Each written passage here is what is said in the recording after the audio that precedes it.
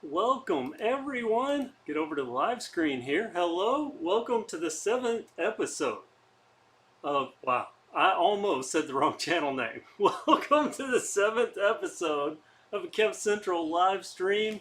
Let me give a quick look, see who all is here. See, we've already got 51 people. David Montreal, he made it this time. That is good. Awesome to see you. Brannigan Irby, Henry Maya, Connie Piercy, Waters One. That's a name I haven't seen. Well, hello to you. Nice to see everyone. New York Luis, Gert Van, I don't know. Van, I'll just, or Jan. It's probably Jan Van, I think maybe. Hello, everyone, just being crispy. I will go back, as always, look at everyone that is here. Thank you, B-Man, something Lewis. Yeah, hello to everyone. So what I've got, my usual, I made a list. I have a few things that I want to run down and see how tonight goes. We'll just kind of play it by ear. A little more scripted than the last one, I think, which was very, very crazy. But DIY Solar Energy, who, by the way, is the moderator tonight, again, be sure to give him a thumbs up because he does such a great job. Everyone give a shout out to him just periodically. You can even talk with him in the chat. He likes to talk. He's like me. He likes to talk. So we'll see how this goes. I have a bunch of new equipment that I haven't got set up yet. Like this was part of a mic. I have the whole cordless mic thing. I'm going to try that out. So maybe you don't get the air conditioner turning off and on. It's starting to get warm in Alabama already. It's getting hot. Gonna need that air. So I'm still running off the Brio mic. But you may have noticed, at least I think you can notice, that the picture quality is a little better. It should be just a bit better, because I figured a way to up it. So maybe I was going to send this cam back, but maybe I can actually use that. So comment if you actually notice that the picture quality looks a little better. Okay, let's talk about the first thing, and that's Axum. Let's talk Axum DP. Very popular video, very popular bike coming up. A lot of people wondered why I didn't put a link down in the description for that bike. That's because it hasn't been released yet. It is coming out the second week in May. I got clarification today, week 2 in May. That bike will be on the Walmart website. Now, it won't be in stores, I don't believe. I have to look back over my notes. I'm going to do a separate video about all the Axum news that I got today, because it's pretty interesting. Pretty interesting. And I'm just realizing my glasses are super dirty. I hope this doesn't show up on camera. I have spots everywhere, all over these things. What happens when you cut grass in the glasses that you used to see? It just doesn't work out when you have lights right in front of you. But the Axum DP, as you know, available in 2 frame sizes, medium and large, no small. And I guess there are reasons for small. My theory was, if you look at bikes like, say, Trek or Specialized, even if they have a 29er, usually when they get down to the small frame, that goes down to a 27.5, think something about that rear triangle, which doesn't change between the medium and the large. Already a super chat, Turbo Jag. Wow, that was loud, the R on that turbo. Turbo Jag, can't find any Schwinn bikes, man. Thank you for the info you share for beginners. Well, thank you for the super chat. I really appreciate it. It's early in.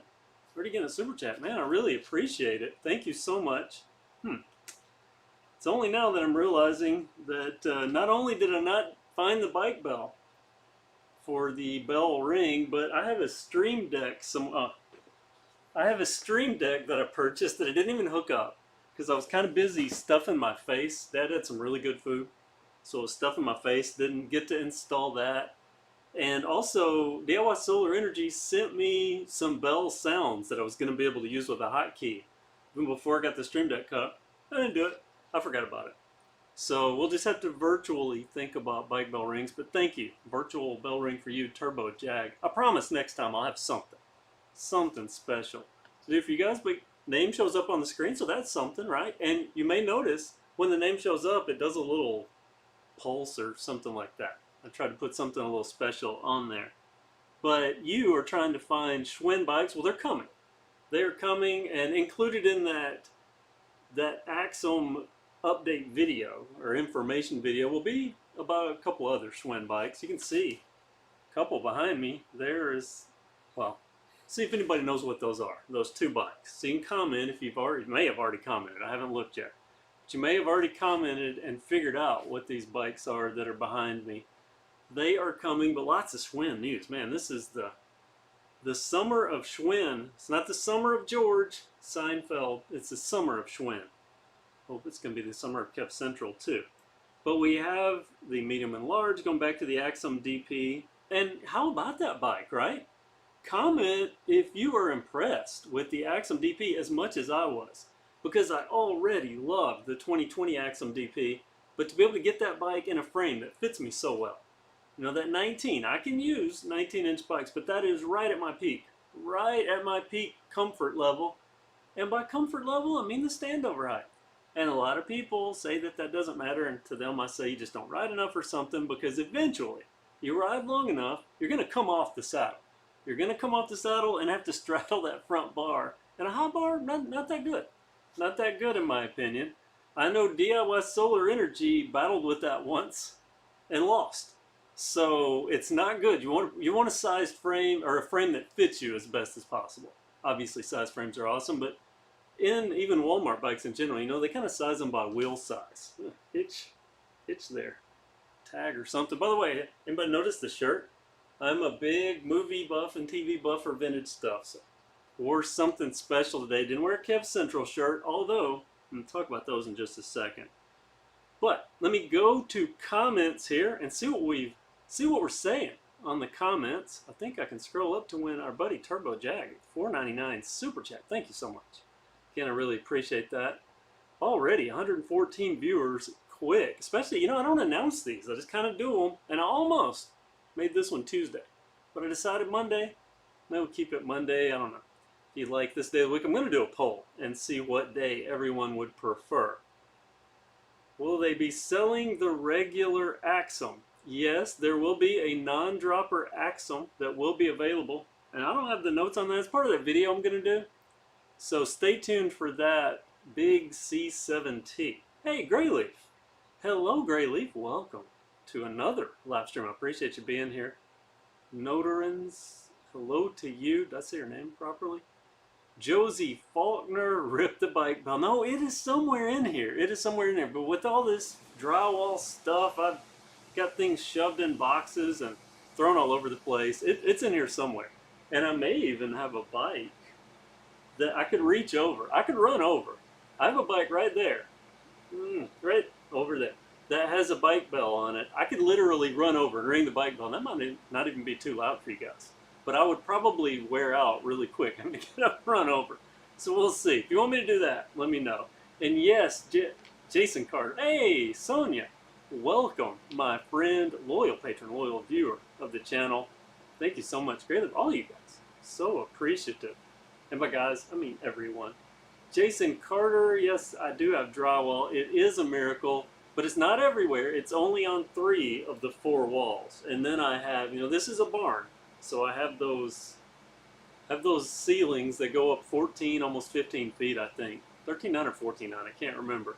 Gonna have to do that. And I'm gonna try to recruit Mr. DIY Solar Energy.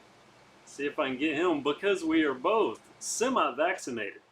We took the jab, both of us, same day. Different brands of vaccine. So if one of us grows a third arm faster than the other, we'll know which one did it. No, we're both very happy to get the vaccine. So hopefully we get fully vaccinated, we can do the drywall. Just being crispy. He's giving a thumbs up to our buddy, DIY Solar Energy, who does an amazing job with Super Chats. And by the way, I was his Super Chats moderation. I was his moderator last week. And his channel starting to kind of take off. He does a lot of battery stuff. Battery, Solar Energy, hence the name, just in case it didn't throw you with the name there. But he does that, and he does batteries. He's going to do e-bike batteries. So after this is over, head over that way. If you want to, give a peek to that, because like I said, did the moderation for his live chat. And Martin the Fisherman. I just built up the Schwinn Axum. I got it in the mail. Yes. Whoa, how'd they pack that in your mailbox? A lot of origami magic there. You can't wait to ride it tomorrow. So I haven't even ridden it yet. Well, congratulations. I think you're going to enjoy it. They are great bikes. Did you get the DP or the standard Axum? I would be curious to know. I'm sure you probably said so, because I remember you were in the last live stream as well. And by the way, I keep saying live chat. when I mean to say live stream, so just blanket that. Just put it in one big bubble. Wrap that all up and make live chat, live stream. It means the same thing. Do you know where Schwinn bikes are made? Yes, I do, Luke Kiono. Yes, I do. They're mostly made in China. I don't know. They have a signature series. I don't know how that differentiates or if it does. But most bikes are made in China. Even local bike shop brands, usually the only time you see not in China is when they went to Indonesia or something like that to try to circumvent some of the sanctions, or not sanctions, tariffs that are on bikes, which, by the way, it's like 25% or something that I think the bike industry thought was going to fall off in December and didn't. And that, along with the supply restrictions, I'm going to be talking about that in just a little bit. The supply restrictions and the shipping costs going through the roof right now, especially if you send it through the Suez Canal. Little Suez Canal joke, I got that in. But thankfully that's fixed, right? Then poor Europe. A lot of their supplies go through the Suez. We have Scrolling Down. Hello, Scrolling Down. I know that name. I appreciate you being here. The Axum was for sale at $3.99. Dark blue with light blue logos. Yes, that is the non-DP model. It's a dark blue, beautiful, deep blue. I have some pictures of it I'll be showing, not tonight, but in the upcoming video. And it's pretty, nice looking bike. And yeah, DIY, he's just trying to say roll tide. That's why he's doing a super chat there, trying to say roll tide. Getting that in. Well, War Eagle to you. Oh, that's a burn. It's a burn. Probably demand a refund on that one. No, I'm a Tide guy. Tide guy, but my family split right down the middle. If you're from Alabama, you know how important that is. Got B-Man here. Are you thinking about reviewing the Trek Roscoe? Yeah, I want to, but I don't want to buy a Roscoe. I almost did last year, but I don't want to buy a Roscoe now because last year when I almost bought one, and it might have even been the year before last that I almost bought one. I'll have to look back. But I was in Columbia, Tennessee. I mean, I had the money. I had the coin. I was willing to walk out of there with the bike, and they didn't have the right size. So I didn't. But, by the way, see the play button we got somewhere. It's all backwards. Put my play button up there. But I don't know, because we've got that new Dolomite ALX, even though that's fat tire and not the kind of intermediate plus size. There are so many good big box bikes, and big box bikes are making such leaps. I have to start thinking about things like that now. Really do, and I think we all do, because there are some compelling arguments. So it's good to be KevCentral, part of KevCentral, a viewer. We were on this stuff way early, and now what we wanted, we knew there was some potential there, and we're starting to see it come into being. Pretty impressive. Pretty impressive. The Summer of Kev. Yes, Peter Zidic. I know I say your name every time, and I'm stumbling right now. Zidic. Well, Peter, thank you. I'm sorry. Give me a spell out of that. An easy way for me to say it. I said it last week, I think, properly, but I can't this week. That used to happen in languages class. One week I could say something, next week it would just stammer all over the place. Pacific Cycle makes Schwinn. That is correct, Ray. Very correct. Ray Law. Very correct, Lo. Yeah. Just being crispy. The aluminum comp is really nice for the price too. Yes, and this bike right here is the women's aluminum comp. It's been updated. Now has the tapered head tube, the whole works. Gonna be doing videos on that as well. Why is there a quick release on a bike seat? Bill Baker, are you asking why there is a quick release clamp on the seat post, like the bike seat post? Well, that's so you can easily adjust it up and down, because if you ride trails, at least I do, and I think a lot of people do, you get to one of those precarious looking sections, and even if it doesn't have a dropper post, drop that saddle down. I don't do it every time, but if I get to something I'm very uncomfortable with, or I think there's going to be a lot of movement that I need to do, I'll drop my saddle down. That's one reason. Another reason, people that share bikes, easier to get that perfect size, because we're not all the same size. The Axum looked nice. Yes, it did. Steve Barub, very nice. Johnny DeWitt, I remember seeing you in a previous chat. Welcome to this one. You also picked up an Axum, this one without the dropper post. So did you get the black with the blue, or the blue, dark blue with the blue? Very awesome. You may add a dropper later. I saw a dropper for $86 right before I came down here. Almost bought it. May buy it when I go back up, just to see if it's anything good. But it's in the parts discussion that I'm going to have to get to in just a moment. Jeremiah Courtbian. Hey, Josh Lobby. Hey, buddy. Another patron, another sticker purchaser. You know, I have those stickers for sale along with shirts. That's one of my early purchasers of those. I appreciate it, Josh. And you said hi. Well, hello. Hello to you. Thank you so much. I really appreciate it. And as I explained to everyone, totally forgetting on the bike belt thing, and I just showed I got this Stream Deck. I have all kinds of stuff that I haven't even installed yet. But I did. I have a TV. I use a TV for my monitor here, and it's right in front of me, and the camera's on top of it. And I got this cool arm. I can go basically 180 degrees. So in future videos, and hope this doesn't knock anything off. And oh, well, it wasn't even attached.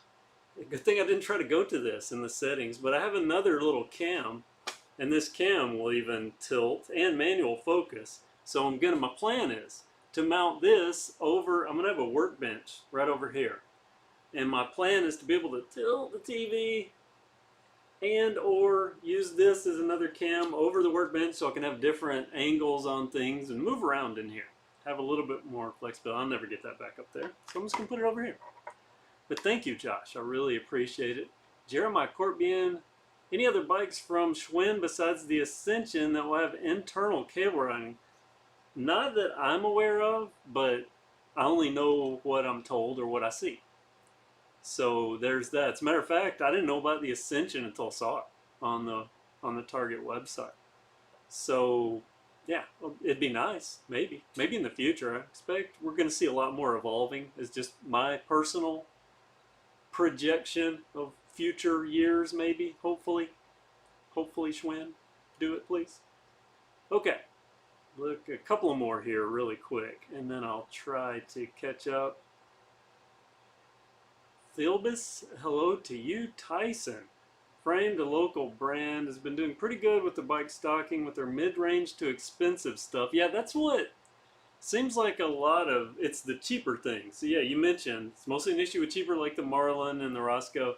Yeah, it seems to be the under $1,000 bikes, especially 800 and under, are just almost impossible to get now.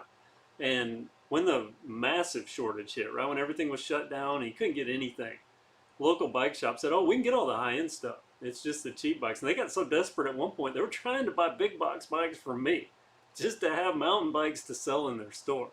I felt pretty bad that at the time I was using everything that I have. People think that's weird. I have so many bikes, but I do ride most of them. There are some that I don't. A few that to me are more collector's items. Very nicely kept, in pristine condition. Hey, Snake Eyes, 4311. See the little pulse, everyone? See the pulse with the name there? $5 super chat, I appreciate that. Mr. Snake Eyes, 4311. Let me see what he said here.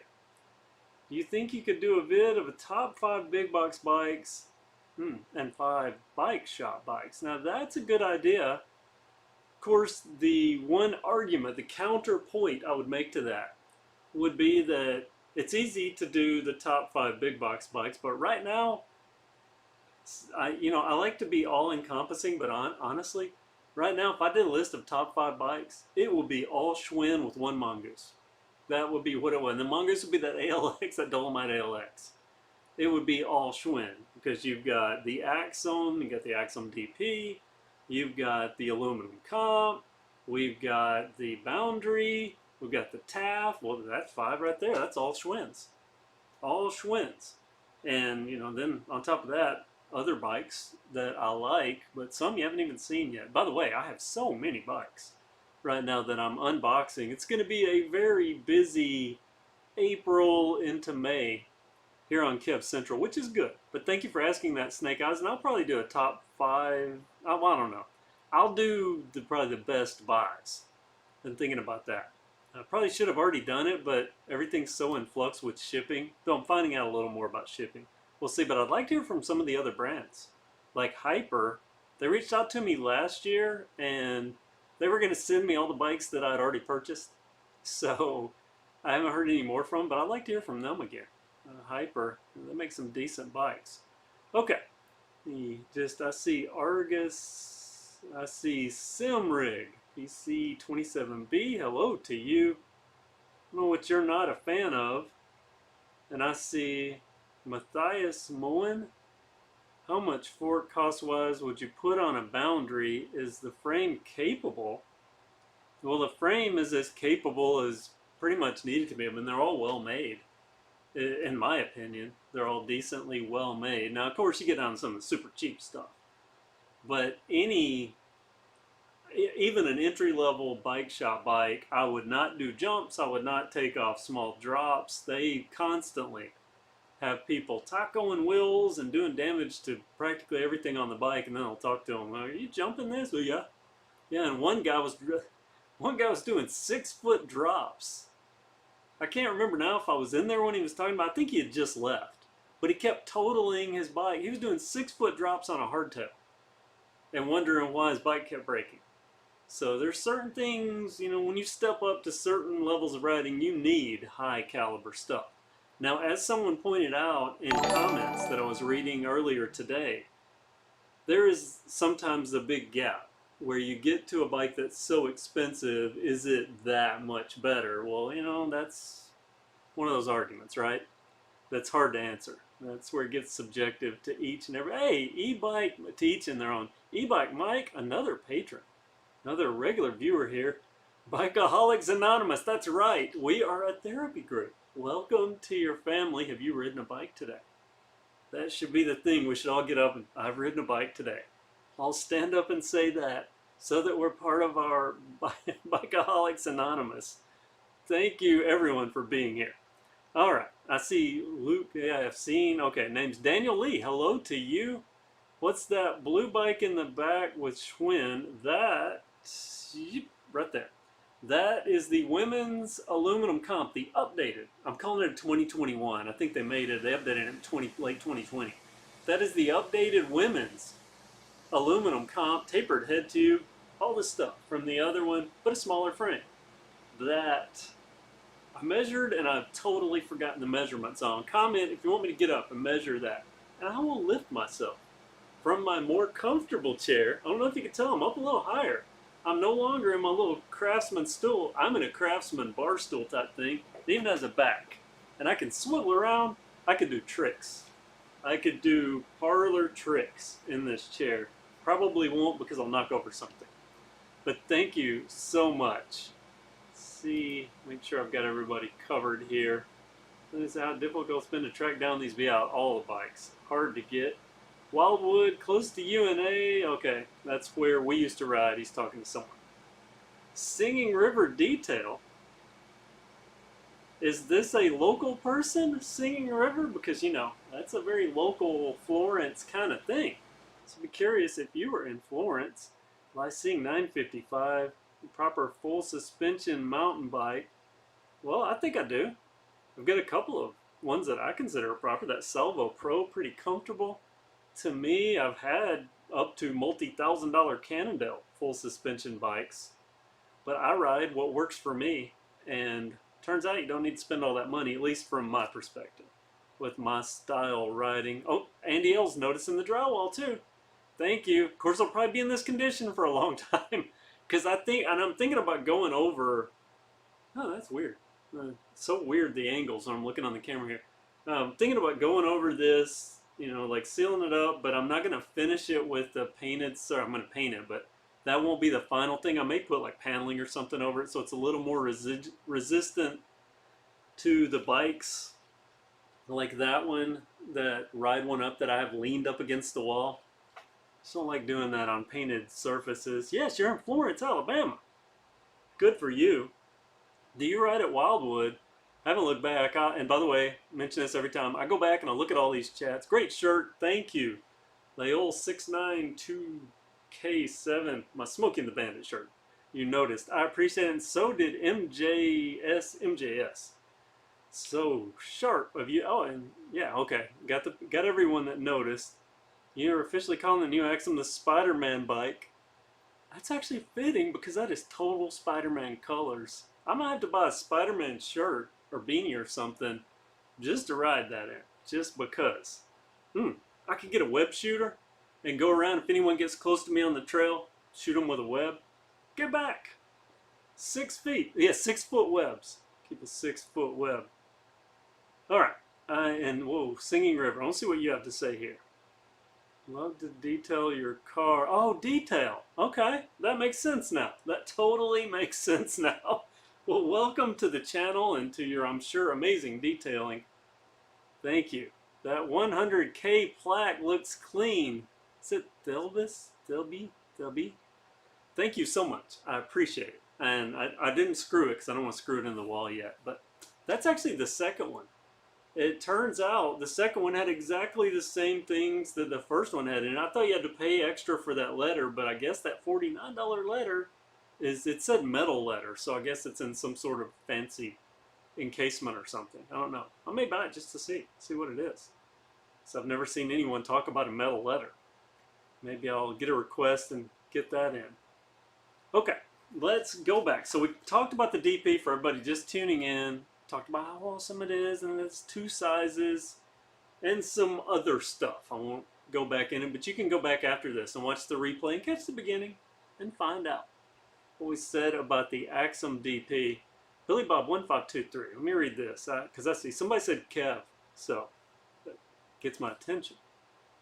The same color with your bikes. I see that from e-bike Mike there. Due to the bike shortage, had to settle for a 29er. What's your opinion on good slack 29ers? Well, the Axum DP, 67.8 degree head tube angle. That's getting pretty slack. The big box style. Again, negating arguments, right? All of the bike haters, the big box bike haters, a lot of B's. Wow, too bad hater starts with an H, right? I guess you could round the bottom of the H and make it another B. Like cheating on a report card or something, which you can't do anymore because they're digital now.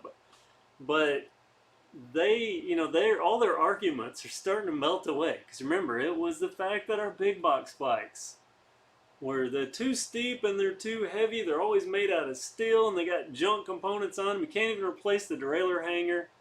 And then derailleur hangers, and they started having tourneys, which are the same entry-level stuff as the local bike shop bikes, most of the entry-level offerings. And then the twist shifters started going away, and we started getting trigger shifters, sometimes the same ones that are on some of those local bike shop entry-level offerings.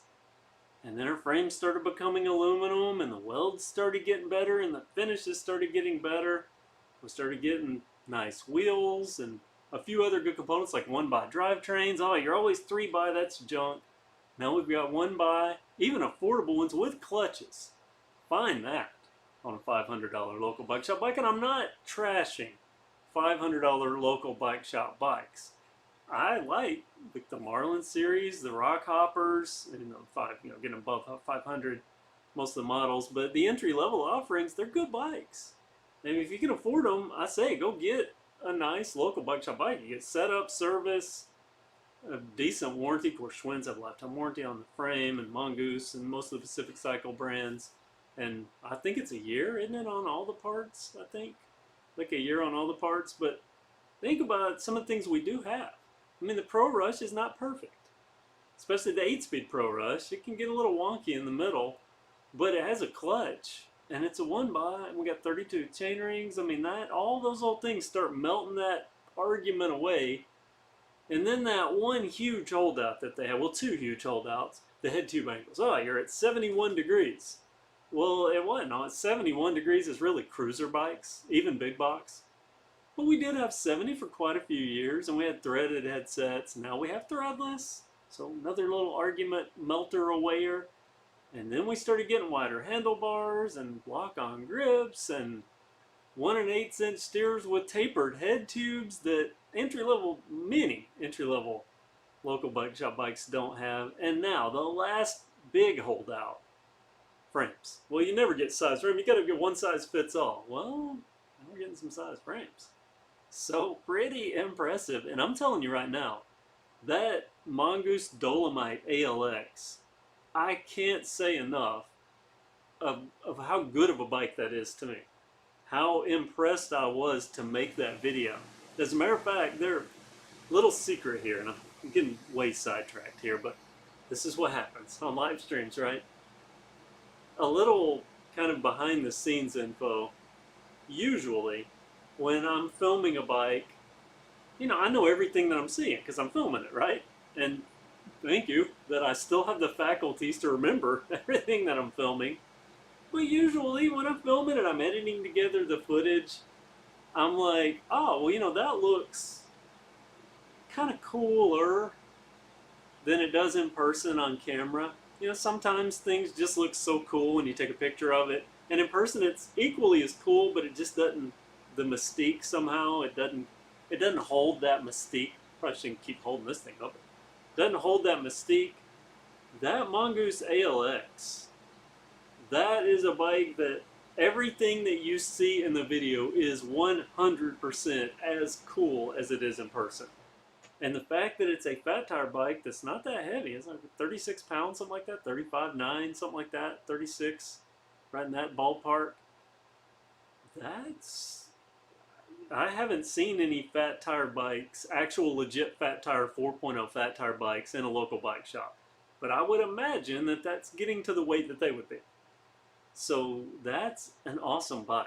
And I mean, there's so many things. I could go on and on and on about all this stuff, but the arguments are starting to melt away, and we're seeing it happen right in front of our eyes. Next, I think maybe I'd like to see things like sealed hubs, nice sealed hubs, better bottom brackets, little things like that. And as many people have been asking, a through axle, but I talk about this all the time. I know I'm beating a dead horse with this. I need to get a little stuffed horse that I can hang so I can whack on this thing while I'm talking about some of this stuff. But I mentioned this in the last video. Just because somebody made a comment that was pretty funny. I can't remember how they worded it, and this was just within the past couple of days. But it was basically talking about, I've ridden quick release wheels for 10 years. They've worked fine, but now they're horrible. So, and that kind of sums it up, right? That sums up this view that a lot of people have, that stuff that works, all of a sudden somehow it's not going to work anymore. I don't get it. I don't get it. I guess it's making up arguments at that point. You're just making up, trying to find an argument. But we all know this here at KevCentral, right? We are lucky and we know this. Another super chat. Brigidemus.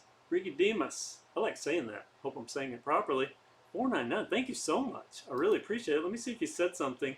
Didn't see a comment associated with this, so I'm going to leave this to my buddy. DIY Solar Energy. To be nice and scout, if you meant to say something, because of the way YouTube does that chat thing with Super Chat, sometimes it looks like you're going to be able to type comment afterwards and all of a sudden you send a Super Chat and you didn't get to. If you want to ask a question, be sure to ask it. And I will try to definitely give you some penance. Is that the word I'm looking? No, that's something you do when you've done something wrong, right? Give you some time for giving a super chat. I really do appreciate all these super chats because each and every one of those gets this channel closer to being even more awesome. And I'm putting a little slush fund off to the side, and all these super chats, that money that goes into a little bucket or jar per se to hopefully get me closer to funding a future RV, which I've set a goal for. Within the next year, I'd like to have one, 14-ish months. I've set a goal, but we'll see what happens. You know how goals are with finances, but everything like that helps. Also buying shirts, buying stickers. Now I'll talk about the shirts and the stickers in just a moment. Special news on that. But I've ranted. Didn't even get to my next topic here. Let me just go do a quick look. Sandriel, see that name. You've been here before. Thank you so much. Do wainscoting. Check the bottom third of the walls. Yeah, it could. But that would make it look smaller in here. So, and actually I was worried that the drywall would make it look smaller. I kind of like the, other than poking holes in it, I like the insulation. I was okay with that. But this helps with sound. Oh, it's working great. Sound from outside's not coming in so much. But yeah, I was amazed. This made it look wider. Just looked back from the door and looked in. And oh, it actually looks bigger now. Bigger. I wished I would have bought it 2 feet wider and 2 feet longer, but that was a big money jump. Brian G. hello to you. Laughing at somebody there. Laughing at somebody. And Dominic Sorrentini, hello to you. Welcome back again. I love seeing people. 168, we're going up. Our viewers, I appreciate. Loyal viewers here at KevCentral. I've got the luckiest and best. I'm lucky. Have the best, Hey. no doubt. Yes. Hey, Kevin. Yes. Real quick, there is a Dennis Wynn in the chat, and his mother is allowing him to get a bike on a $200 budget. Can you give any kind of recommendation? Yes. Well, in a second. Thank you. Hold on to that. Don't let me forget it. Dennis Wynn, you said, right? Okay. Because I don't do recommendations, but I can tell you what I would buy. So let's go. I was talking to Sandriel here. Yeah, wainscoting. I'm gonna get. Oh yeah, I was down to Harry Grimley. Hello to you, Harry. Did I already talk about? Oh, 2 people with wainscoting. Do paneling wainscoting so the bikes won't damage the walls. Yeah, I'm probably gonna do paneling. Just some sort of paneling or something. I'll have to see. Because I like sound absorption and I don't like sound reflection. So I'm gonna be playing around with options here, but I have plenty of options. Someone even mentioned do like Flex Seal or something on the walls or truck bed liner. Probably make it weigh a ton. But I don't think anyone's ever done that, and if it wasn't toxic fumes, that'd be kind of cool, actually. You'd never damage your walls. Never damage your walls. Of course, never get out in the event. You know, you ever watch movies where people get in trouble, like there's a fire or something, and they're always stuck in a room with this little door, and I'm always, well, sheetrock's easy to kick through. Why don't you just kick through a couple of walls? Get out of the room. It's like pretty easy. Dominic. Sorrentini, you took yours apart. Hydroform headset has ground itself to death. Oh no. Was it dry? That hydroform headset? Could be. Sometimes they don't lube that stuff. Same color as my bikes. I guess I'm talking about the DP with that Spider-Man and Billy Bob. The bike shortage sell for 29 or what's your... Oh, I think I've scrolled too far. Somebody's asking the same question that I think I answered earlier. Dennis, oh wait, the Nguyn. Yeah, that's just Wynn. Yeah, you don't. Is that how you say it? Wynn? Okay. Yeah, Vietnamese. Okay, well there you go, Dennis Wynn, and you're the one that asked about the super chat here. I'll get to in just a second, but you're the one that asked about a bike under $200, right? Yep, $200. Okay, all right. First, does Jeep mountain bike life? Oh, that's Jeep and mountain bike, right? Thank you for the super chat. So awesome. I will ring bell. Oh, that's $10. Go over here and ring this bike bell.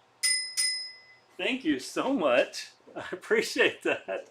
How'd you like the flail back to get the going? If you have a question that it didn't let you put in, be sure to ask, and I will go back and make sure you get that answered. Thank you so much. It's mentioned. This helps the channel so much. These super chats, I really do appreciate it. But I appreciate everyone that's here, super chat or not. I appreciate everyone that's here. Appreciate everyone that's here. And yes, give this video a thumbs up. Is it a video when it's a stream? Is that what it's? Give this stream a thumbs up. That helps the channel too with the YouTube algorithm. Really helps out, as does you guys commenting, being engaged. Appreciate that. But $200 bike. Okay, here's the thing. You know, bike prices are going up. Dennis Wynn, is that the name? Yeah, Dennis Wynn. Bike prices are going up. So $200 right now is at that point where the bikes that I would buy are 25 or so more dollars than that. So I don't know of a $200 bike right now. And of course, bike inventories are so difficult to manage right now. But if you could find, I mean, is it a hard set at that 200? Is that the hard set? Because I believe that was the maximum that his mother was going to allow. Okay, and you know, I understand that argument there. I understand that argument. But that's, I don't know right now of a $199 bike, because DIY Solar Energy and myself were looking at a bike on the Target website yesterday or day before yesterday. And he was like, hey, what do you think about this bike? And I looked at, wasn't that thing like 169 or Wasn't it? how much? Wasn't it like $299? No, 269. It was 269. And I started looking at it. It had bolt-on front wheels. It had rim brakes, a twist shifter. I mean, it was literally a bike that would have been $129 to $149 about 13 or 14 months ago. It was $269. So, you have a tough path. But what advice I can give you is start looking for not twist shifter, try to get something with a trigger shifter, and look for a replaceable derailleur hanger because that will give you so much more flexibility and longevity in the frame. And see if you can get an aluminum frame. Because everything else, and make sure it's a threadless headset. And if you don't know what any of that stuff is, comment and I'll maybe kind of show you in this live stream. But that's the best advice I can give you because there's no one bike that I can think of. Right now it's $199. Maybe you can like do some work around the house and talk her into another maybe $50 to cover the 224, and it's gonna have to be fast because I think prices are probably going up. But 224 for like an aluminum comp or something like that. And also you have to factor in how tall you are, right?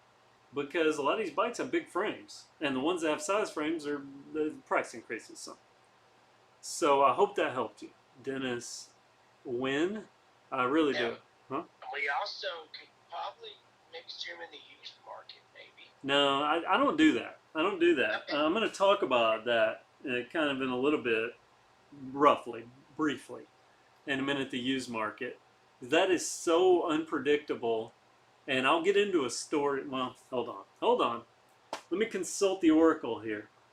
Sorry, I didn't mean to bring it up. I just saw. No, that's a good bring up. It's kind of down here on part 5. All right, this is on you, man. Since you brought this up, this is on you. So when I get to part 5 and I see is it DOS or just DOT? Jeep Mountain Bike Life. That $10 super chat just fell. Thank you again so much. I really appreciate that. But when I get to part 5, make me mention that. Used bikes. Make me mention that. Because I'm going to talk about parts for just a little bit. I have a couple of parts here that I'm going to talk about. If I don't knock them over. That's the sound of fake carbon that you just heard. That's actually fiberglass. Now let me look really quick at chat here. So we've got Nick D. Base camp at Bike Shop Warehouse, around $200. I don't know that bike, Nick D, but I'm assuming you're talking to Dennis Wynn, our buddy. So thank you for chiming in. I'll look at that. I'll look at that. And he saw an aluminum comp last night, and it was heavy. Well, by default, Joe S. saw. Oh yeah, just Joe S. I was about to call you Joe S. saw. By default, Joe S. They are kind of heavy because they've got that chunky steel 3x and a bunch of stuff, but my aluminum comp that I customized, Project Comp V2.2, watch that video. That's not a heavy bike anymore, and a very, very fun and capable bike to ride. But, you know, I mean, they are heavy out of some of them. We're starting to see some now that aren't so heavy out of the box, but it's just part of the game, right? Heavy, what's that old thing? You can have light, fast and cheap or something like that with cars. Pick any two or some. I forget the thing now, so I shouldn't even brought that up. But basically you can't get all without spending some bucks. That's just the way it works. Fox versus RockShox, either are awesome. Peter Hoover, SRAM, I say that, SRAM versus Shimano, personal choice. I use both. 29 by 29 versus 27.5. I read that like a tire size. 29 by 27.5. Those are the widest tires that have ever existed. But I like 27.5 personally. I think it's because I used it for so long that I just feel more like I can dig into things, more confident. And feeling confident on your bike is a big part of it, which is why the new DP size frames are so important. And like this Mongoose Dolomite ALX are so important. Because you feel more confident on the bike if the frame fits you properly. You ever had a bike stolen? Luke, if you jinx me, I don't know what I'll do. I'll be mad at you. No, but like, no, I haven't personally that I can ever. I don't think I have. But I live in a small town. Odds are, if somebody stole one of my bikes, I would see it around, and I am not the type of person that would just let that go. Like, I've got that Alabama blood in me, so it would be to literally go and yank them off the bike and take it back. So no, I haven't had one stolen, thank goodness, and it's a good thing. Plus, a lot of people around here know me now as KevCentral, so they would see the bike and they would probably do the same thing. So that's good. And I do know of somebody that has had a bike stolen, if that helps. And he never did. He had two stolen from his apartment complex, never got those back. And I looked. I was going to do the person yanking off of the biking, unless they were really big, and then I would just run away, make a phone call. Let's see, Manitou, good forks. I love Manitou. You know why I don't do Manitou forks? Because of the backward crown, or the backward arch, some people call it a crown. I have had so many comments on that Mongoose Selville Pro. Hey, you got the fork on backwards. Got your fork on, you're an idiot. Got your fork on backwards. Well, no, you're an idiot for not knowing that that's the proper way for that fork. But it doesn't matter. Even on the mountain bike trail, I have heard people talk about somebody had a fork on backwards. And these are people on some expensive bikes. And this chair is making some weird, I don't know if you just heard that. A couple of weird little metally, now it didn't move much. If I collapse, this will probably be, yeah, not good. Yeah, just give quick, cable versus hydraulics. A lot of people asking Mark Blackburn. By the way, I have a whole stack of Blackburn products that just arrived, and man, they're new to Walmart, made by Bell company that makes them, but there are a couple of things. Something arrived today that I didn't even know was arriving.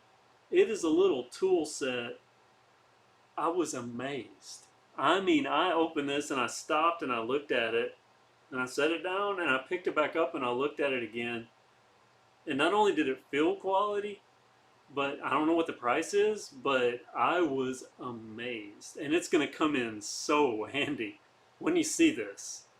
I should have brought some of this stuff down here because it's amazing. Maybe we'll do that. I need to make a video. I need to talk with them though. Find out a few details about some things. But man, there's some cool stuff. Some of it's very budgety, you know, kind of budgety for on the shelf there at Walmart. Somebody needs a cheap little pedal or something, but then they had some pedals that weren't so bad. And a lot of pump options. Man, there was some, but those tools, oh, very impressed. That one tool. Something that I paid big bucks for something very similar, but this is more in depth. So a lot of people are saying Schwinn Sidewinder. Yeah, I reviewed that Sidewinder. What was it that I didn't, wasn't it I didn't like the bike? Wasn't it that the frame was small? I can't remember. There was something about that Sidewinder that kept me from making it a project bike. So watch that video. Watch that Sidewinder video, but a lot of people, I've heard some great things about Sidewinders. So it's currently out of stock. Well, how much is a Sidewinder? Oh, Blue Moon. Waiting for the Sunrace 8-speed for a month and the trailer for more. Oh, wait, do you have one ordered or are you waiting on it to come in stock? Some of the stock on stuff's crazy right now. Andrew Cannon, hey buddy. And thank you for not bombarding me on Facebook Messenger before you post on here. Like Centralian Brothers. Does that not sound like some sort of alien cult? Centralian Brothers. Like, yeah, we're gonna wait for some comment to come by and no. Sister, brothers and sisters being nice, equal there.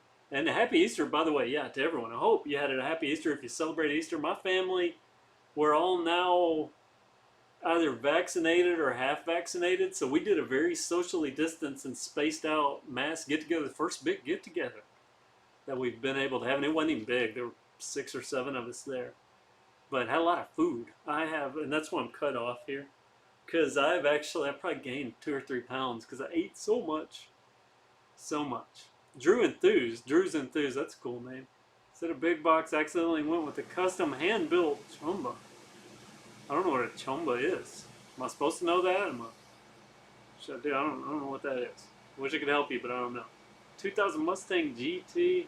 What do you do for a living? Well, I do bike reviews and YouTube and social media and editing websites for people. I do a lot of different things. Did insurance inspections up until recently. So, yeah, a lot of stuff. Andrew Cannon, ice storms. Storms in Minnesota. That doesn't sound good. I guess you're getting what experience we had. I saw somebody ask about the Ascension or Axum, or Ascension have Axum. I don't know exactly what anybody is asking there. Have Axum, you have an Axum and you want an Ascension? I'm not sure. So maybe clear that up. And rear rim brakes, aha, the Sidewinder, that's what it was. Thank you, Scott Evans. But does it have mounts, the two little mounts, so you could put a caliper up, loud, put a caliper up to it, front disc, rear rim. You know, that used to be one of my total write-offs. Write it off. Oh, just dropped it. So total write-off, that used to be a guaranteed total write-off for me, but then, you know, some of the bikes, they do have little mounts, so you could actually mount up a brake caliper, rear brake, disc brake caliper. Of course, then you got to worry about the wheel. The wheel needs to have the mounts. Excuse me. The wheel needs to have the mounts as well, or it's kind of pointless. So, yeah, stuff to think about, right? Nate 45345. And again, if I skip past you, like big GZ46, I was about to skip past you by accident there. You share a full suspension bike you're waiting for. I didn't know I was waiting for a full suspension bike. Am I? Am I? I don't know. We'll see.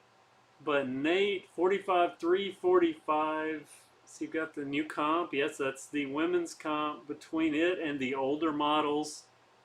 By older model, it's right here. Nope, it's right here. By older model, are you talking about the 2019? This is actually updated like the 2020. That's tapered head tube, all the same stuff from the 2020 aluminum comp that I used for Project Comp V2.2. So it's pretty good. Somebody's talking about that was the old Sidewinder maybe that we're talking about the stuff on. So I do have a review, I believe, on that new Sidewinder. I believe. What's a good budget tubeless wheel set for? Man, whatever you can afford right now.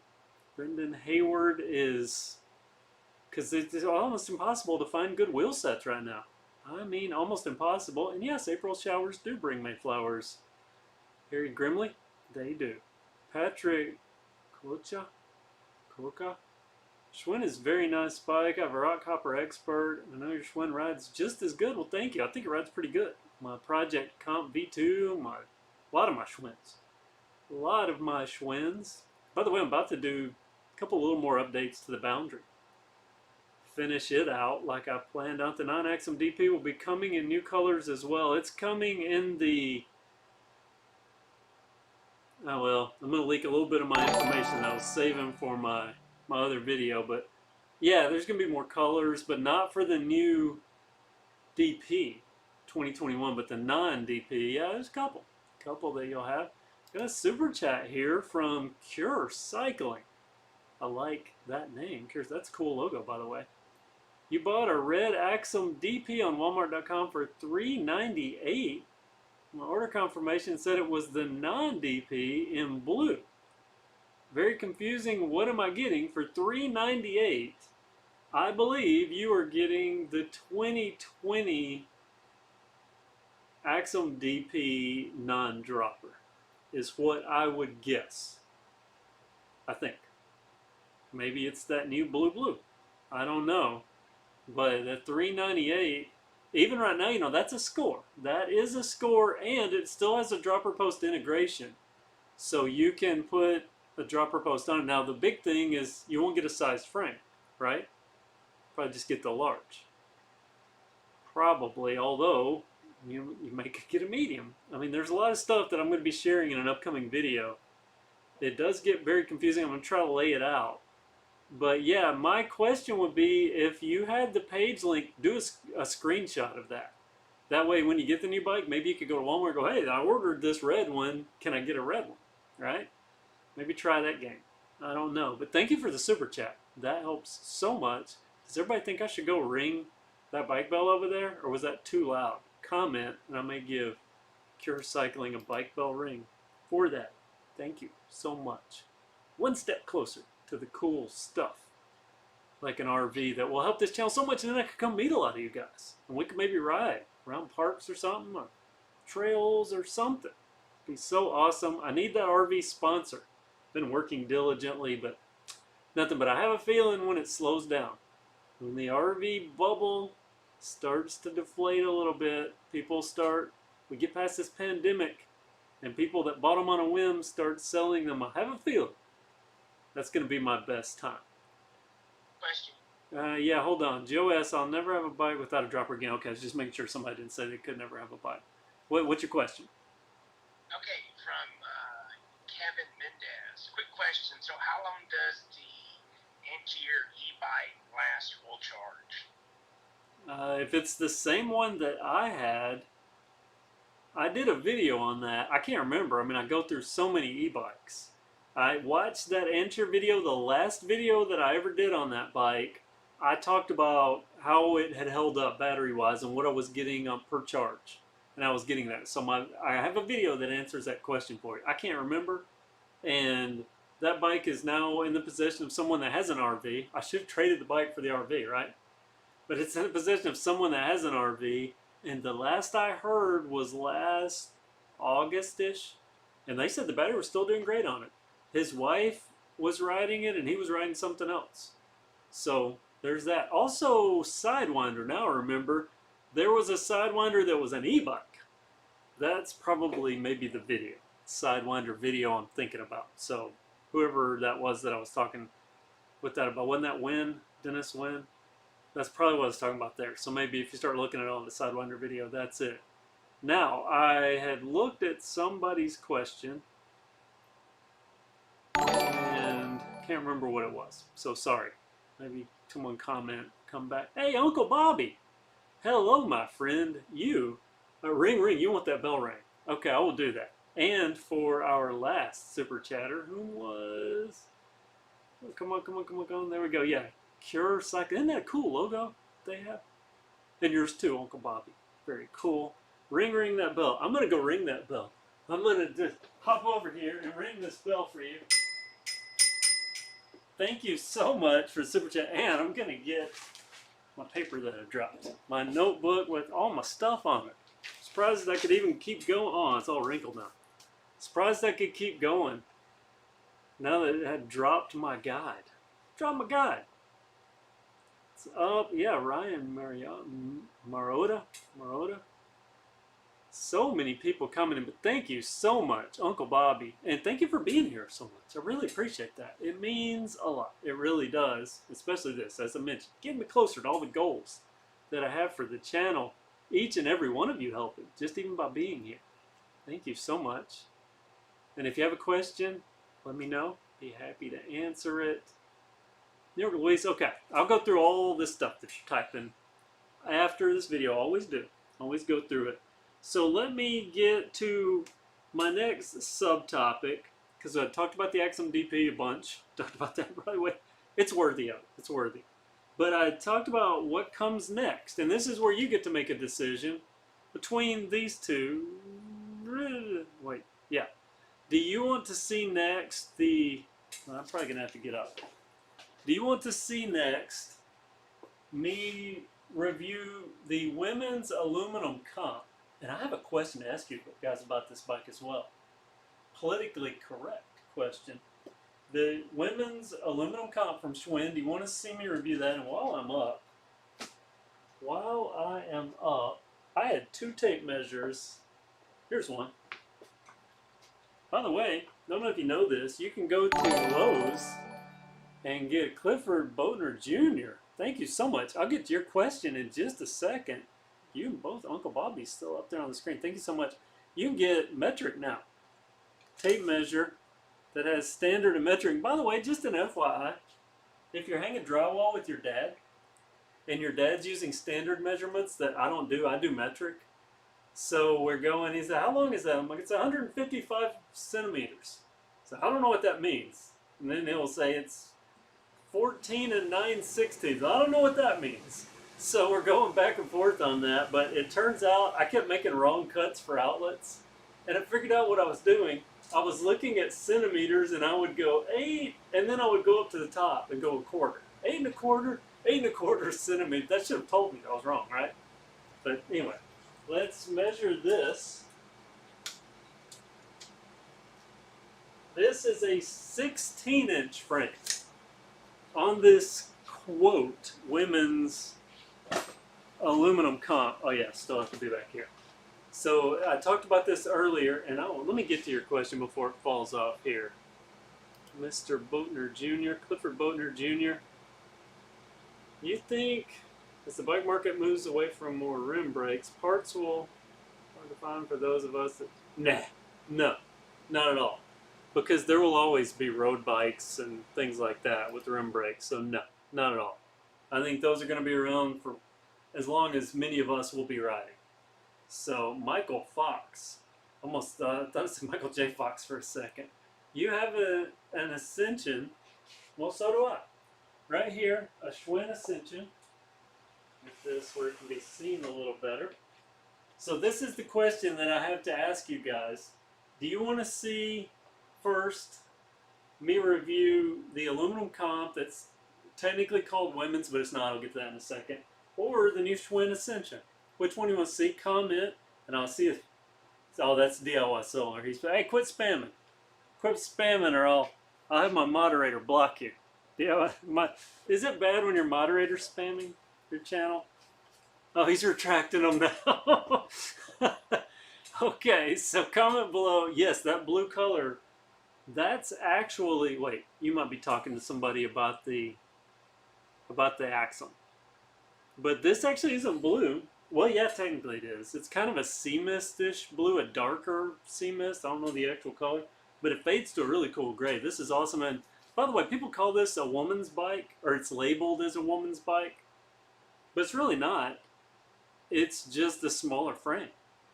So you still get the 27.5 wheels. Pretty sure those are 27. Yeah, 27.5 wheels. It's just a 16-inch frame instead of the 18-inch frame. I think it's 18. That the quote men's aluminum comp is. So if you don't have an inseam that works for the 18-inch frame, you can get a 16-inch frame. And that color, trust me, in person, I know it looks a little lighter here on camera, but in person, this is totally a bike that I would ride without any feelings that I wasn't masculine or macho. I mean, that stuff's, you know, that's old stuff, right? But I wouldn't worry at all with this or feel like it wasn't a color for me. I like that. It's a nice looking color. So there's that. So comment with which one you like to see first, and maybe I'll adapt my videoing as I go, because I have new cameras. I was going to get out early this morning and film, and I woke up and I got ready and I was figuring out, okay, I'm going to do this, this, and this, and then I realized I didn't charge any of my cameras. All the new cameras, I didn't charge a single one. So, and I have three new ones, 2 technical GoPro-ish camera, 1 GoPro, 1 not GoPro. And then I had my original GoPro that I used for Easter, and not my original, my current GoPro that I used for Easter, and I filmed all this Easter stuff on it, and I didn't charge it. So, on $11. Do what? The Ascension won by a landslide. Oh, okay. All right. So Ascension. All right. So I'll do the aluminum comp first. So all right. Thank you. I'll do the Ascension first. E-bike Mike again, Mr. E-bike, and that's $11. That caught my eye. The 11. I've turned it up to 11, and you have stars in your eyes because you turned it up to 11. That's awesome. When is Schwinn expecting their next shipment? In May. In May. You will see new Schwinn bikes arriving the first week of May, and then Axum stuff the second week in May.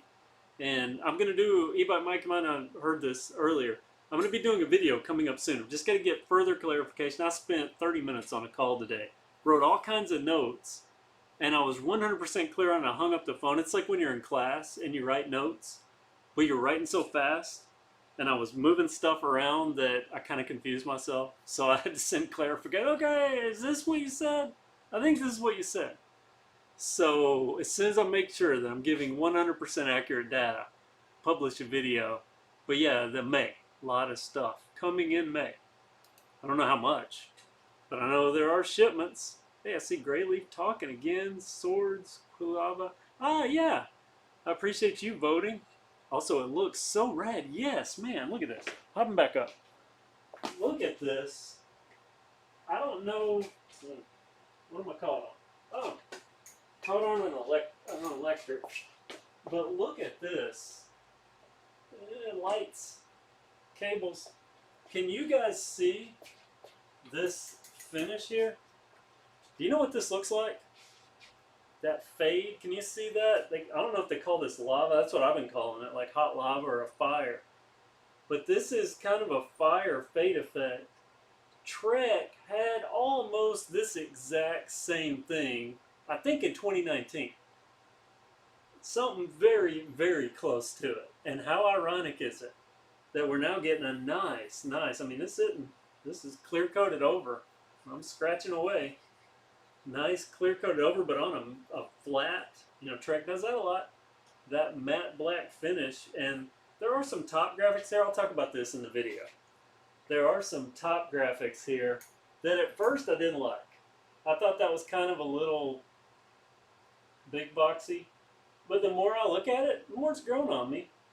And it even has like some hidden mountains in here. Yeah, cool stuff.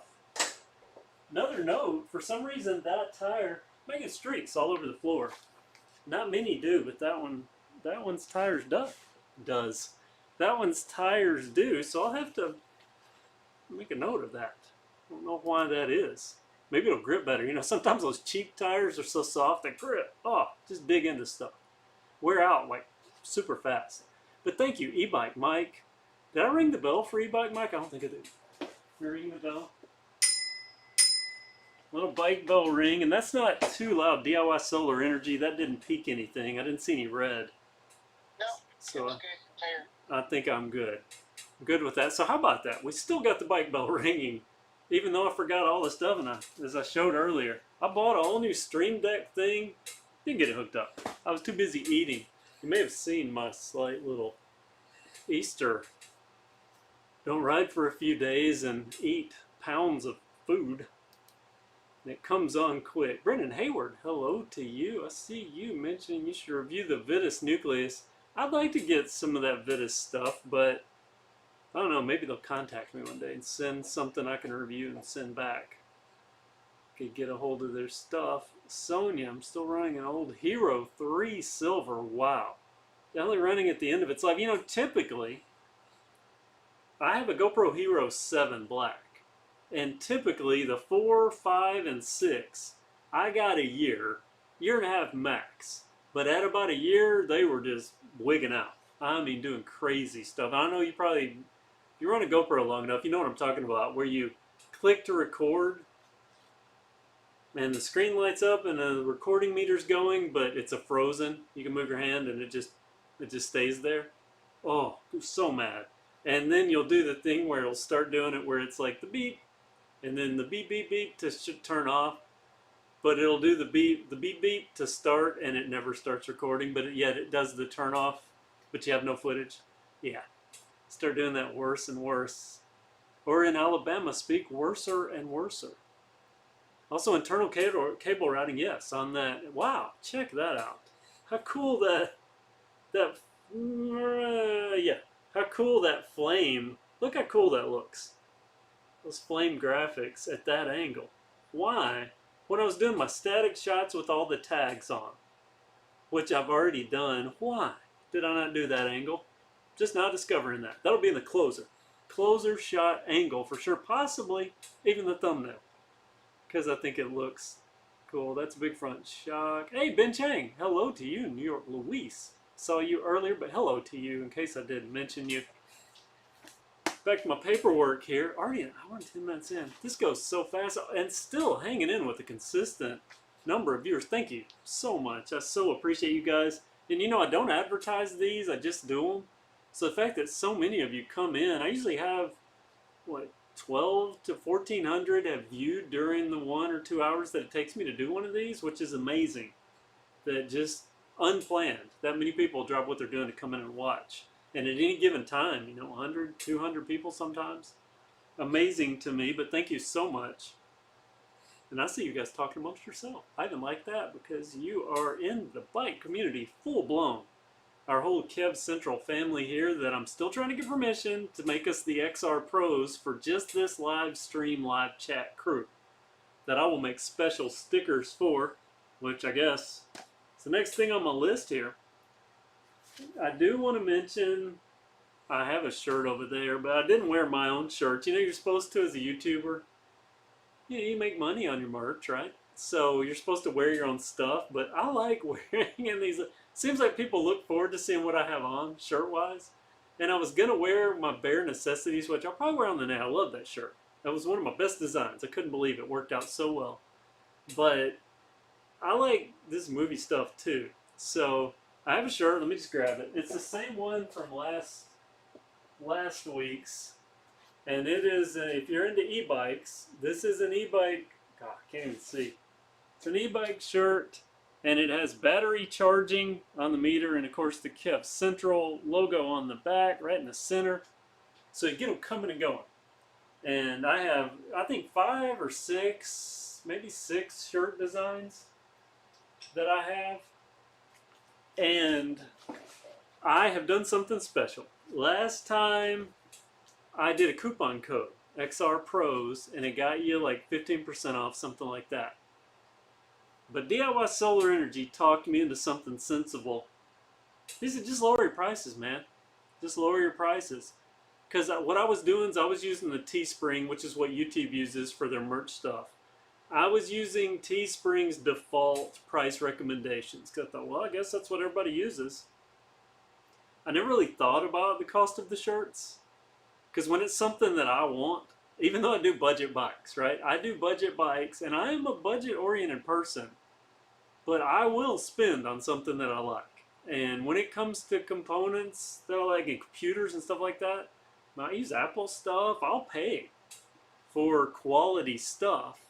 But I appreciate budget and usually go for that when it is applicable. And as we're seeing some of our budget bikes, very applicable.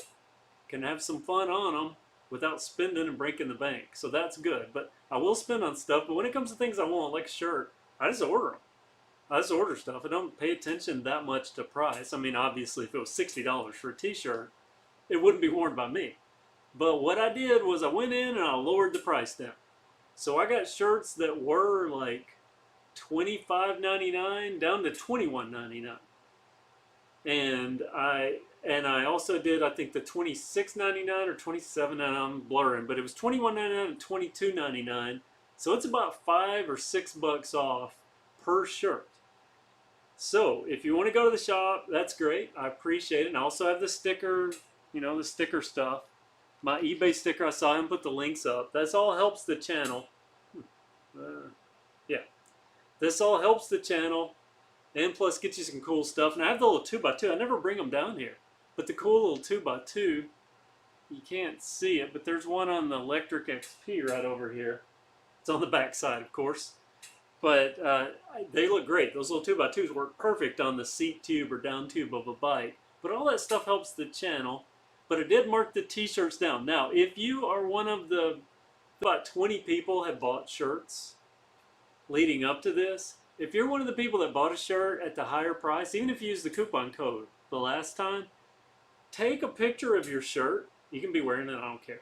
Take a picture of your shirt and go to my website and go to the chat and click the little paper clip and send me a picture of that shirt and your information. I'll give you a free sticker to make up the difference since I marked it down.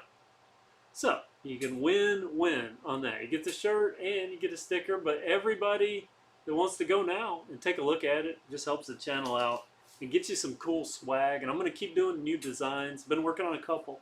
Worked on them today. Some new designs, but you can get you some shirts now cheaper. But either way, just thank you for viewing.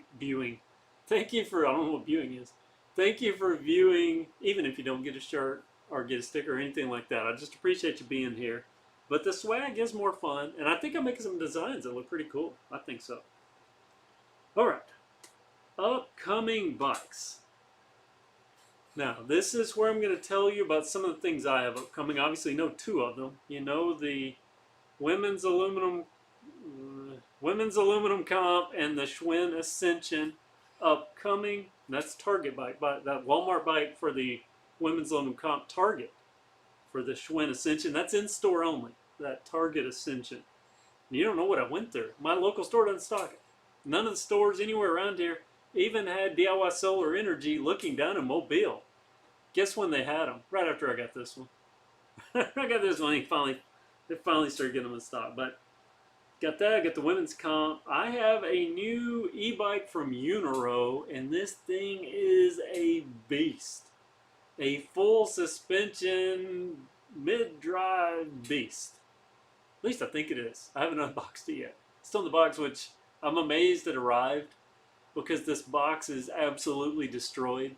And as a matter of fact, I told them, I had to email them and go, hey, you're going to have to send another box. When do you want this thing back? Because there is no way I'll be able to find a box for this big, huge thing. And this box is absolutely destroyed.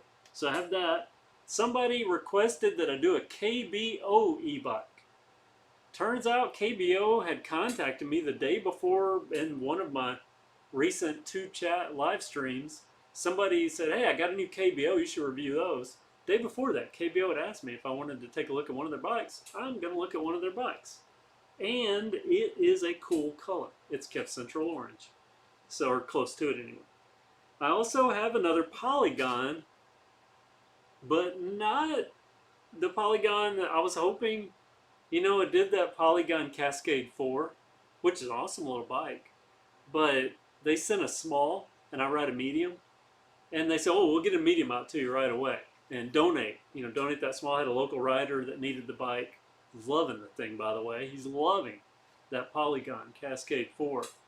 But he ain't going to upgrade. He's already talking about upgrades for it. Trying to buy my Acolyte 8-speed from me that I need for something else. But talking about upgrades for it. But they said, well, we'll send you another. Don't worry about it. I've already got my information on this, and I'll just strap a GoPro to him one day, and I'll do the follow-up. Well, next thing I know, about 2 or 3 days later, I get a Bikes Online box, and it's a medium Cascade 4. So I guess I'll be doing the follow-up with medium Cascade 4. So thank you for the Bikes Online, but I would have preferred you just kept that, and when you decided to send maybe the next bike to review, bump it up to one of those full suspensions. So I could get it going one of those, because that Siskiyou D7, oh, reviewed that, that was an awesome bike. So I have those 5 bikes right now in my possession, ready to go, and I may or may not have already kind of started filming on some of them. So, and more coming. So a lot of, like I said, a lot of stuff, busy time. So a lot to look forward to there. Let me go back to check and get a look at what you are saying here and give some shout outs and some hellos. Solid colored KevCentral logo looks oddly elegant. Well, thank you. I thought it looked good too. And I didn't even put the KevCentral in the text. It's smaller there. But that solid looked good. And on my Bare Necessity shirt, you know, that's a cream, or you can get it in a banana, something, a light banana. So a light beige or a yellowish, very light, tanny, like AIDS. Looks kind of like something you'd see in the 70s. Going on this brown print. And I did the brown logo on the back on that one. So it's just brown KevCentral logo. Love it. I should have brought it down here, but I decided. Worn it. I should have. I'll do it on the next one. Let's jump over a house. Ken Otwell, well, be careful. Evil Knievel it there, right? Start jumping over houses. If you heard of Collective Bikes, that's from Rise Parsons. No, I haven't. Am I supposed to have? Is that a brand that I'm supposed to know of? I'll have to look it up. Be interested. Thank you for bringing it up. Jack Lowe, pop in to say hi. T-shirt and shorts already. Yeah, because it was 77 degrees in Florence, Alabama today. It's going to be, I think, 78 or 79 tomorrow. So we are rocking shorts and T-shirts already. And it means that right now it's the special time. There are no mosquitoes. But in about another month, it's going to be where you have to use off to walk outside your door. I have another super chat. Oh, thank you guys so much. Fami134. Should I buy a Mongoose Dolomite ALX? I'm interested in buying it. Do you think it would last me a long time? You know, I don't tell people what they should or shouldn't buy. Thank you, first and foremost, for a super chat. Ring of the bell. Ring of the bike bell for you for that super chat. Thank you so much. Is that too corny that I have to get up and do that? Should I move that bike closer? Don't want to deafen you guys with the bell, but I don't recommend bikes. And I say that often and I reiterate it, saying I definitely, and don't let anybody tell you what you should or shouldn't buy, especially someone, I mean, I appreciate the trust in me and I try to be 100% honest always with everything that I put out on KevCentral, and that's my commitment. I will always do that. But, don't just trust people off the internet, tell you what you should or shouldn't buy. Use look at what's out there, the information, like information I provide, and then make your own decision. It's going to work for you.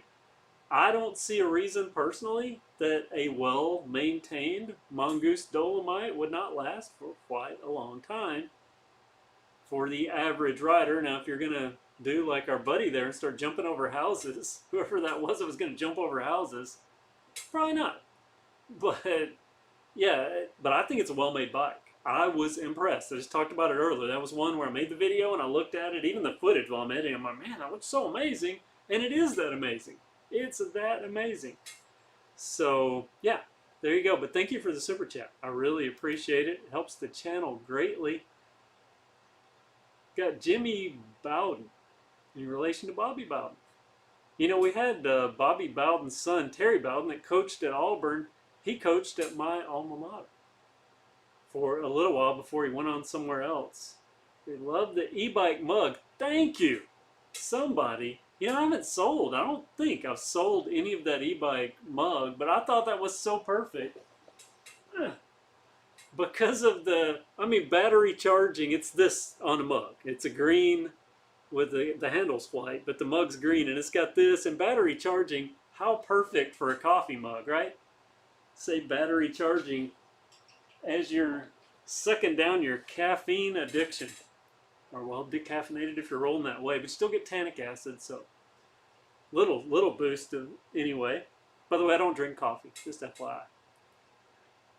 Ken Otwell, thank you. If I like a shirt, 20 versus 30 doesn't matter. Very good. Thank you for that. So you are just like me. Ken Otwell, I can mark them up for you if you want. Kidding. Okay. Got Dave Gravitt. What's up? 420 in delivery. Oh, Canada. 420 in delivery. Hope we're not talking about drugs. What am I? A little behind on comments. Oh yeah, I'm way behind. What were they talking about? I wasn't for sure. Okay. All right. Well, but anyway, thank you for commenting. I appreciate it. I'm sure that's a bike of some kind. Wait, was there a Trek? No, that one. Martin the Fisherman again. Join the Patreon. Yes, if you join Patreon, you do get a free sticker. You do get a free sticker if you join Patreon. It's the same one I sell for $3.99 on eBay. But you get it for the $2 of being a patron.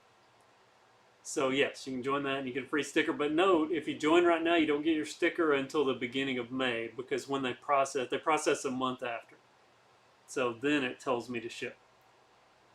And I've got Joe S. off a super chat here. And again, I'm skipping over some chats. If I miss what you say, I go back and I'll look at it. Raise, it's Rise, right? Rise Pearson. Hey, this is a British pound, $1.99. On the collective bikes, you get a 1x10 and Diore. Wow, that's impressive. But how much? How much for that, right? Because you can get usually what you want, pay enough. But I like the name too, Collective Bikes. By the way, just FYI, in my wallet, a little unknown thing, in my wallet, I always carry US dollars, British pounds, euros, and Canadian dollars.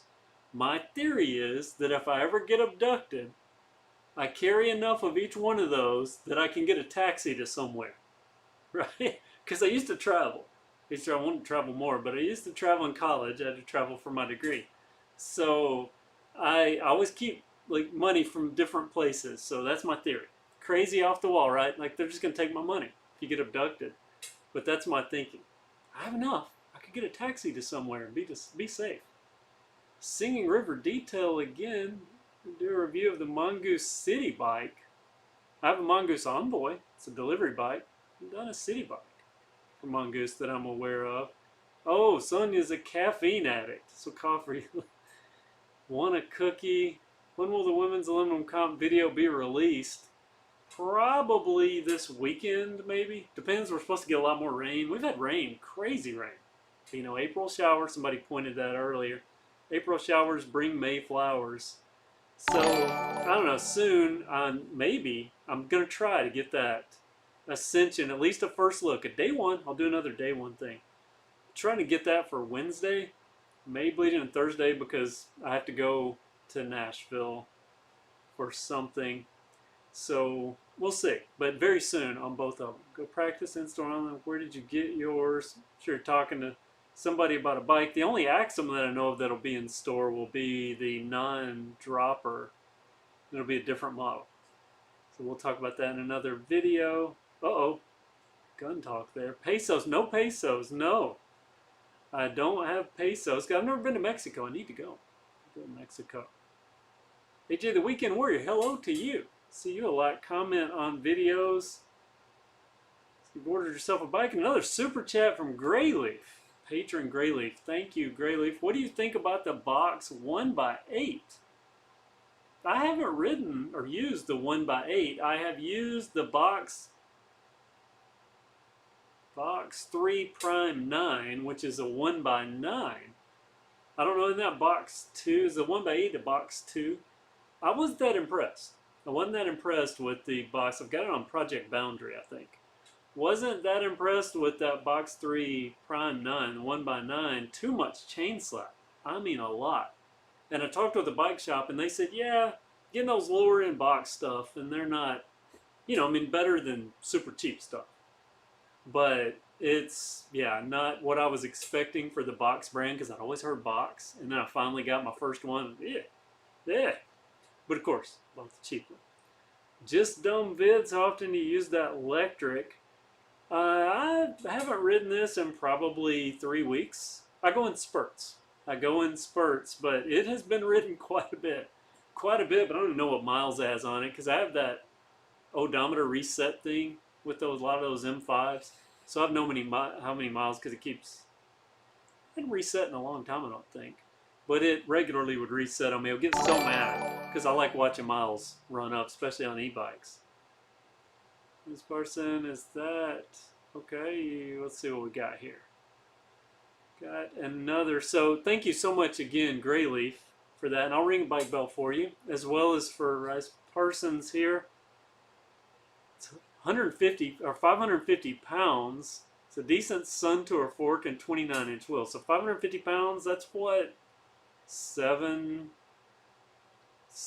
bucks? $725, something like that? Or is it more now? So I know the pound's been going up versus the dollar. Well, it might not be right now because of all the craziness that's going on. But yeah, you know, I don't know what Sun Tour fork. I mean, some Sun Tour forks don't cost a lot, but I'll look it up. Thank you for commenting.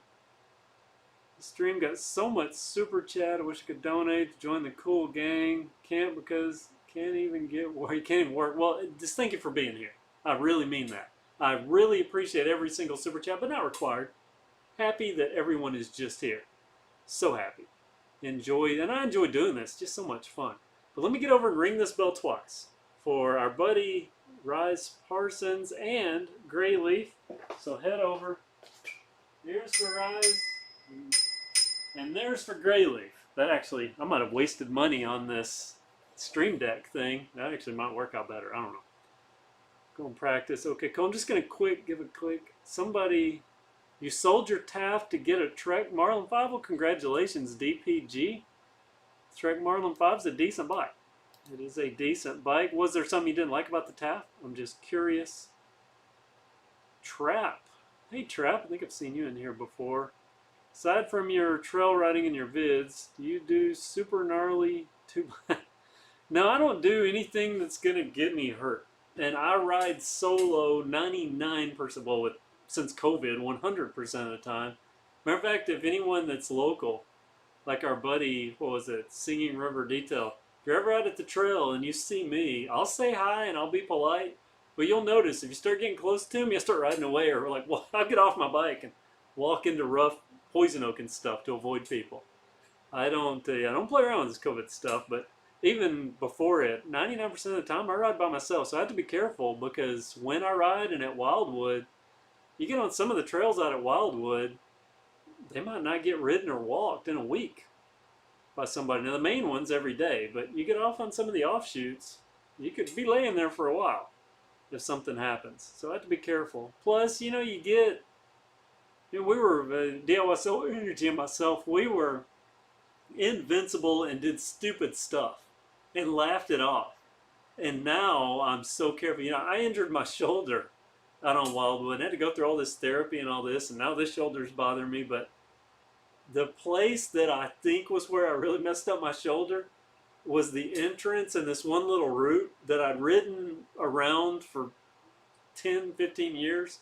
All of a sudden, I thought I was going to bunny hop it going uphill because I'm an idiot. And I hit it and sprung back and then laughed because I caught myself. But then gravity took me. And that was enough to like really do it in. But I think I heard it on something a week earlier. Both of those places, I now stop riding and push up or go around. It's messed with my mind. So you reach that point where caution becomes the rule of the day. And plus, I represent on KevCentral, I'm the average rider.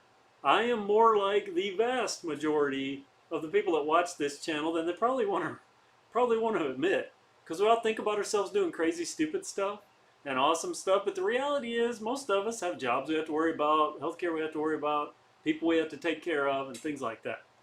So, reality of life. I know it makes good videos. The super people can really send it, but I'm the average person, the average rider, and I think I do probably a little more than the average rider. A lot of what I do, I don't film. I have this thing too, if I'm going to try something that's a little more risky, I won't film it, at least the first couple of times, because it seems like when you turn a camera on, that's almost the invitation to, you do remember when I used to have my Vespas DIY Solar Energy, you should put a GoPro on there. Oh no. There is no way, because anytime you get a camera out and there is a motorized vehicle involved, something's going to happen, and it's not good. Toxic Snail 4, shoulder pain. It's probably due to really wide bars. The research showing 750 plus usually excessive for some shorter. Yes, I've actually, since I injured this shoulder, and this one's, I think it's just I compensated for too long with this one doing everything, but I have went down to 720. I found that is a safe, comfortable point for me. 740 on one bike, but I don't go above that anymore. Plus, on my local trails, there's some narrower spots that 720 is a good fit. There's Rise again. Wow, buddy, I appreciate it. I really do. All of my trails are shut, so I started street mountain bike. There you go. That is a way to adapt, my friend. That is a good adaptation. And I'll give you another bell. Thank you. Thank you so much. I really appreciate it. Doing crazy stuff, been there, done that for Uncle Bobby. Somebody's talking about something heavier here. I missed that. So I'll go back and look at that. But let me get back on topic here. We've got an hour and 35. I'm going to try to get this done definitely under 2. Try to get this done.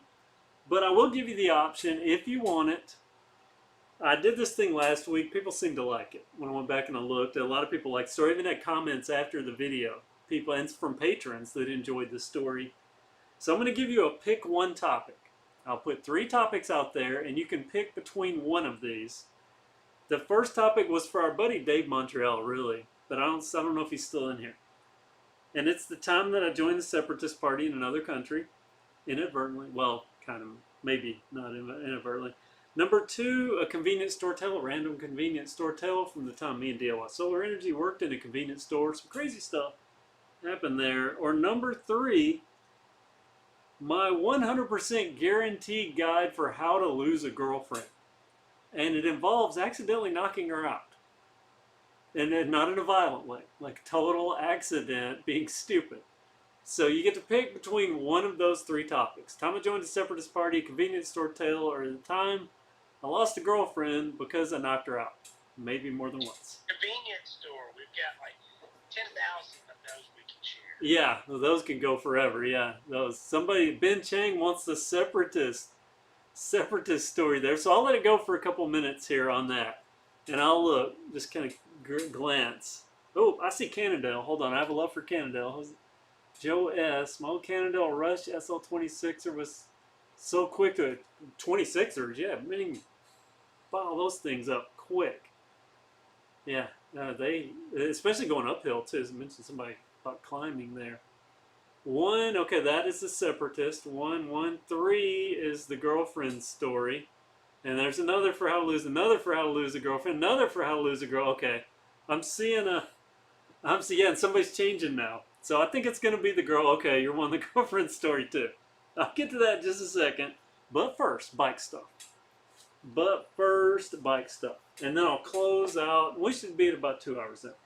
Okay, let's talk about bike parts. Let me recap what I had written down here, because this is good stuff. It's gold. It's gold. Stuff I thought up to jot down. Okay, hard to get parts right now. I've talked to a couple of bike manufacturers, and they're talking about forks. They're talking about brakes. They're talking about Shimano components. They're talking about tires and tubes. Are very hard to get right now, and I agree.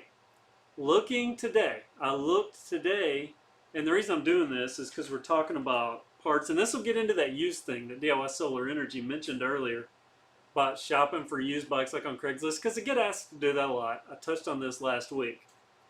But yeah, and somebody asking why Rise trails are shut down. I'm curious about that myself. So be sure to let us know. Mr. Parsons, or Ms. Parsons, Rise, guy's name. So Mr. Parsons. So parts are hard to get. I think everybody, wheel sets too. Cheap wheel sets. You know, I used to buy those cycle deal wheel sets. I got my last one here. Still holding out. Trying not to put them on something. But with the Continental tires and a decent wheel set with sometimes Shimano, sometimes what hubs are those? Novatech hubs. But now, all this stuff's so hard to get. And I've started noticing something. And this gets, oh, and also brakes. And this is where I first noticed it was brakes. But then, somebody asked me via my website about a fork. And I wish I would have screen captured. I get so many comments via my website, via chat, and via the email submission forms, which show up in the same place for me. It's all in the same place. But I can't search them. So if I don't get to instantly respond to what it is, it's hard for me to go back because I can't just put in keywords or something and search. And it's a lot. It's a lot. So because of that, I lose stuff. But somebody had a fork, and it was a RockShox fork. And they wanted to know if this RockShox fork, it was $100 and something. And it was supposed to be used, but it was in like new condition. And said, do you think I should buy this? Well, first, obviously, I'm not going to tell you if you should buy something. But second, I thought, that fork looks kind of familiar. So I came out to the bike barn here. I've got this. My second one of these. And this is the ZTZ, or AZTZ fork. And what someone had done, I'm pretty sure that it was this fork. And the Ballany, a lot of these are the same fork, I think, just with different branding. But these are just stickers. All this stuff here is just stickers. And someone had taken off the stickers. If you buy a RockShox fork, a brand new RockShox fork, you get a sticker in the box. They include a sticker in the box with the fork, but it's a big sticker. Somebody had taken that big sticker and just wrapped it around one side of the fork. I can't remember which side. I think it was this side. But wrapped it around. So, it went practically all the way around. Almost. Probably a little seam in there. But I knew that RockShox doesn't put just this one huge sticker and nothing else on the fork. And I looked at that. And I looked at that. And I was like, man, this is one of these forks. And someone has rebranded this as a RockShox and is selling it as like new. I can't remember if it was Craigslist. I think I said that, but I can't be for sure. Wherever it was used. Could have been Facebook Marketplace. I can't remember. But Yeah, just note, you have to be careful because not only is there a shortage, there are people lying about parts. And I was on Amazon today and I looked up, kind of, I scout out to keep a watch on prices, and I see my buddy Rise again. Wow, thank you. And Aaron behind bars, hello. Hello to you. Welcome back again. I appreciate it. What we're dealing with here is a complete lack of respect for the law. Buford T. Justice. Excellent quote. Thank you so much for that, Mr. Aaron behind bars. So accurate and so well. Tells me you are a connoisseur of fine Hollywood movies. From a fine era of Hollywood movies. So, Mr. Parsons, let's see what you have to say, and then I'll get back to what I found on the brakes. My local bike shop was struggling for tubes, so you bought some tubes and donated them. Wow, you are a stellar human being. Also, when I broke my fork, I had to order a RockShox from Australia. Wow. Wow, that's a heart, see? Proof is in the pudding from our friend Rice Parsons talking about how hard it is to get parts right now. So, you gotta watch because there's fake stuff, and I can prove that there's even fake stuff. And I'm not gonna say the brand that it was because I don't want to get threatened or sued or whatever. But I was on, I'll say the Zon. I was on Amazon and I was shopping around, and there was some Shimano. I use the MT200 hydraulic disc brake set from Shimano, which is the M315 rebranded to the MT200. And I've been paying before the pandemic $69, $79 for those, which is I think a fair price for them. You could get them a little cheaper if you order from like Alibaba or something like that, but I would pay $69, $79. They've went up to $99 and then they went up to $120. I think I've seen them as high as $149, which is not really worth that in my opinion. I mean, they're good hydraulic disc brakes, but $149. But I guess comparatively, if you need hydraulic disc brakes, that's great. And I just saw our buddy Andrew behind bars, and I'll ring the bike bell for you guys in just a second. But I found these MT200s $75 and change, and I thought, whoa. But when I looked at the picture, they had Shimano on them, but I know what MT200s look like, and those did not look like MT200s. And then I noticed that something was off with the way they labeled for the mineral oil, and it had ML MT200 below that, mineral oil use. It's like, well, that's a model number. The mineral oil is not specific to this one model. So what's up with this? So I started looking in the description, and it even mentioned that it was made out of MT200 metal.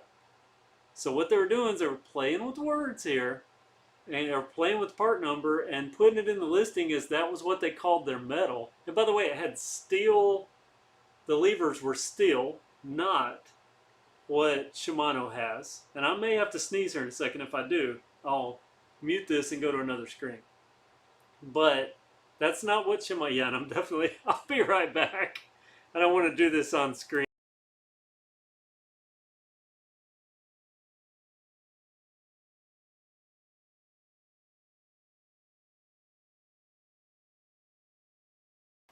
What a letdown. Didn't even get the sneeze. It went away. It went away. Yeah, I know. What a letdown. But they had MT200 listed as the alloy, and then you steel, but that got to be heavy. They're alloy on Shimano. And then when I looked down in the description, the brand was not Shimano. It was some little off-brand I've never heard of. And I'm not going to out that brand, but be careful what you buy. So the part shortage, people are taking advantage of it. So now you can't even depend on, if you're going to buy something and it looks like a good deal, you got to think about that price. And I'm going to give Rise another shout out, Parsons. I'm going to go ring that bell for you and Andrew behind bars. Thank you guys so much. So awesome. Such a great audience. Everyone, super chatters, regular viewers, I just appreciate it so much. Indiana is indeed born. Indiana isn't born. There's some nice parts of Indiana. That's where the Christmas Story house is. So that's good. You like thick slicks, Mark Blackburn. I like them too. But somebody mentioned that they were hard to tear, and I could kind of see that. But again, thank you to the super chatters. So the moral of the story is be careful because there's fake Shimano out there for $79. There are fake forks out there for $100, $170, whatever that one was. And you know, years ago, I got these. And I can't remember now how I got these. If they were on a bike or if somebody, if I bought them in a lot. I can't remember how I came across these. But these were fake race face necks. Next with a T. Fake carbon fiber bars. And we were, I probably shouldn't do that, snap them, like muscle this, snap it. But Bike Shop had even suggested, you know, start doing weights on these to see where I could snap them, make a video out of that. But, you know, things I don't trust. Ultra cheap forks that I haven't had the luxury of slowly working up confidence in, and definitely not cheap carbon fiber handlebars, especially when they are branded with a brand name that we should all trust, but they're not legit. And somebody had mentioned, where is it? There is a seam in the grab. You're not going to be able to see it on camera anyway, but there's like somewhere on here, there's a seam in the graphics where like the fake carbon fiber graphic that they put on this is not even proper. So yeah, just be careful. That's the moral of the story. Okay, so 13-ish. I mean, we could go over if we had to, but let me, before I get, I'm going to reiterate why I don't usually buy used. Okay, I'll get into this. Reiterate why I don't usually buy used. Partly because of what I just mentioned. You never know what you're going to get for sure. Case in point with this, I was in the local bike shop. This was, I think, late 2019.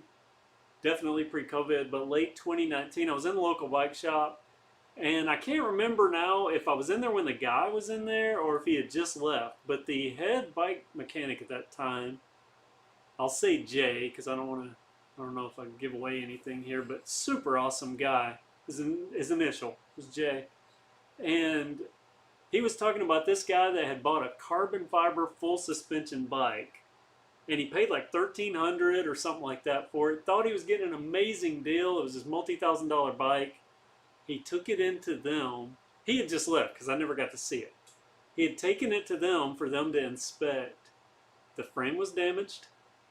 The shocks, both the front and the rear, were blown out. And whatever full suspension it was a special shock that was on the rear that was some big some big ordeal to redo this rear shock.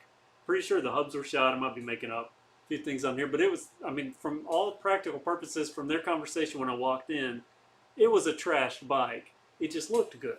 If you walked up to it and you looked at it and didn't closely inspect, you would have never known. And he paid $1,300, and I think he got it on Craigslist or something like that. He was out $1,300. Bike with no warranty, carbon fiber frame that had damage to it, unrideable. So that is one of the reasons I don't buy used. The second, and now I think I could spot some stuff, but the second reason that I don't as a channel, people often, hey, KevCentral, why don't you go out and buy a used bike and rebuild it or something like that, or show what you can do with the used bike off Craigslist or Facebook Marketplace. The reason I don't do that is because everything that I do on this channel has a realm of reality to it in that, and I don't recommend that anyone do what I do with any of the upgrades or anything like that. I just have fun doing it and sharing it. But it's all plausible because someone could put nicer grips on their bars that match the grips that I like. Someone could see that and think, oh, that looks good. Or the pedals or whatever, any part. But if it's a used bike, you know, when are you going to find a used, I'm going to make up, somebody mentioned a Trek Roscoe. The Trek Roscoe 8. Yeah, I think they have an 8. The Trek Roscoe 8, I could maybe find one of those on a whim that somebody needed to get rid of for whatever reason. And they only want to sell it for $300 and it's in mint condition and they'd ridden it one time. You know, you might could find that, but good luck duplicating that. So what good does that do anyone watching, right? They'd say, well, great, you got something that will never happen again in the history of humanity. So that's why used bikes and me, the used bike market, not something I care to get involved in now. And I have done used bikes. Remember, I've got that Cannondale Lefty. It's in my basement. That Rush 3000 in raw, and I think I paid $600 for that bike. So I traded some other bikes. Can't remember how much cash I had in it, but I traded some bikes for that and some cash, and I got that bike. That was a used bike, but I did, I've done 2 or 3 videos on it, and yeah, so there's the reason on used bikes. So let me get to my girlfriend's story, non-bike related. So years ago, I was about 17 or so, I think I was 16, because I had my first car, which was a 1969 VW Beetle. Dad took me to a parking lot, gave me the choice of any car in the parking lot. They had a Camaro. They had some nice cars. My sister wanted the Beetle, so I had to have it. So I had to have it. And that led to a long obsession with Volkswagen and a whole family thing with Volkswagens. We used to do bug shows and go around. But at any rate, I had in high school, my high school sweetheart was this beautiful, beautiful blonde. Her name was Sonia. And I've always liked her. She was a good girl. Didn't appreciate her probably as much as I should have. But she was really sweet, a lot of fun to be with. And and DIY Solar Energy will know where I'm talking about. He doesn't know this story, but he'll know where I'm talking about. If you go past the Wildwood Mountain Bike Trail, the road to it, there is Cypress Creek, and there's a little private beach down there. Well, she knew the owner of this little private beach. So we would go down there, and it was blocked to everyone else, but we could go down there and spend hours. And on pretty days like it was today, why I'm on shorts. Well, I can't even get my leg off that. Why I'm out in shorts today, because in Alabama 77, we would go out and wait around in the water and have fun. Well, I have a mischievous streak in me, and she was kind of skittish. So she had waded out to about the middle of the creek, I mean, pretty far out. And I don't know why, but in my head, I thought, it'd be really funny because she's so skittish out in the water. If I picked up this big rock, so you see where this is going. And I'm really not that bad of a person, but if I pick up this big rock and I toss it and splash beside her. Well, if you've ever made a mistake with a baseball or a football or throwing anything, you know the feeling, that sensation where as soon as it comes out of your hand, you realize that it is not going to go where you intended it to go, and you know exactly where it's going to hit and it's not good. Well, I released this rock, and it wasn't that big. I mean, it was like so I released the rock. Right as it came out of my hand, I realized that I was not going to hit to the left of her as I anticipated, and the trajectory was not good. So I yell, "Oh no, look out," or something of the like, which is a lot of help when there's a rock hurling at you. So just in time, she looks up from splashing her wonderful legs in the water, just in time to, I guess, get maybe a glimpse of this decent rock nailing her in, I don't know if it was the forehead or the side of the head, but she eventually goes down into the water. So I freak out, I run out into the water. It wasn't really deep, it was probably knee deep. I run out into the water and she wasn't knocked out. So I get her to the surface, I get her to the edge of the water, lean her up against this little tree, I'm like, oh my gosh, I'm so sorry. I'm so sorry. Okay, now this is the 16-year-old me. Her first question that I could make out, because she was kind of out of it, was kind of what happened. Oh, you got hit by a rock. Not I hit you by a rock. You got hit by a rock. So I started watching her, and she was enough that I was getting concerned. My mother was a nurse. So I loaded her into my 69 Beetle and I drove her home. And my mom and her never really got along that great. My mom got along with everyone, but you know how it is, like your first serious girlfriend and a mom, they're kind of protective. So she was always very concerned whenever we were together. So I brought her in, or I didn't bring her inside, I left her in the car and I walked inside and I said, "Mom, I think you might need to look at Sonia." "What's wrong with Sonia?" "Well, she's out in the car, she's not feeling too well." Because again, 16-ish, didn't want to admit up. So I had to take her inside, and as soon as I brought her inside, I'm like, oh my gosh, what happened? So I saw this. So she finally came to, and she did good. She forgave me, so all was fine. And I could have probably kept her as a girlfriend if it weren't for the fact that about a month or two later, we were at the same beach, and I made the same dumb decision. She had walked out into the water again, waded out, having fun, being beautiful like she was, and it said something about, yeah, you're probably going to throw another rock at me. Yeah, bad thing. Because I think, well, now the last time was a fluke. This time, for sure, I'm a pretty good aim with rocks and footballs and everything. So I can get this rock. I'll just throw it away from her a little bit, and this will really scare her because she'll think I don't have the guts to do this. So I pick up another rock, the exact same thing. Comes out of my hand, I realize it's going to hit her again. This one did knock her out, or knock her loopy. She never actually got knocked out, but it did get her mad. And we didn't last very much after the car ride home. It wasn't long after that we were no longer a thing. So I think that the rock incident it has become to me. The rock incident caused me to lose a girlfriend. That would have probably been a pretty good catch to hang on to. Like I said, I was young, so things that work out. But anyway, that's the girlfriend story.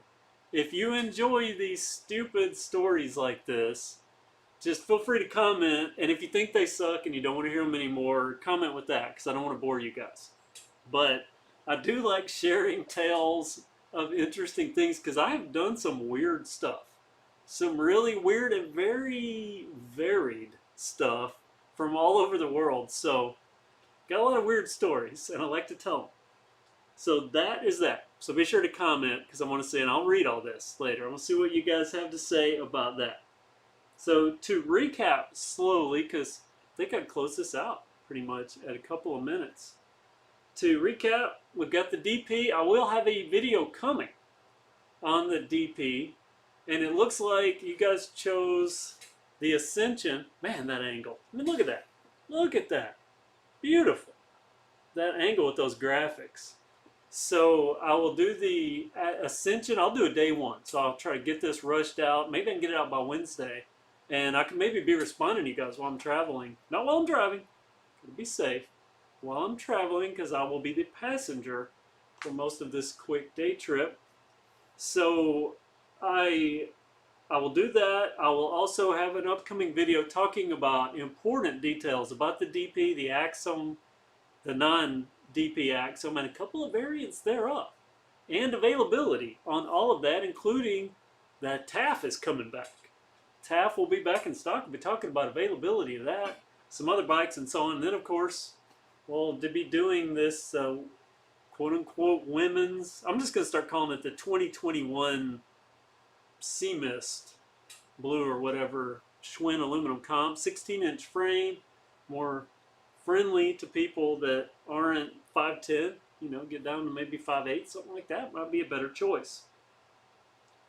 We talked about the merch. I will give one last shameless plug for that. I have marked down the t-shirts.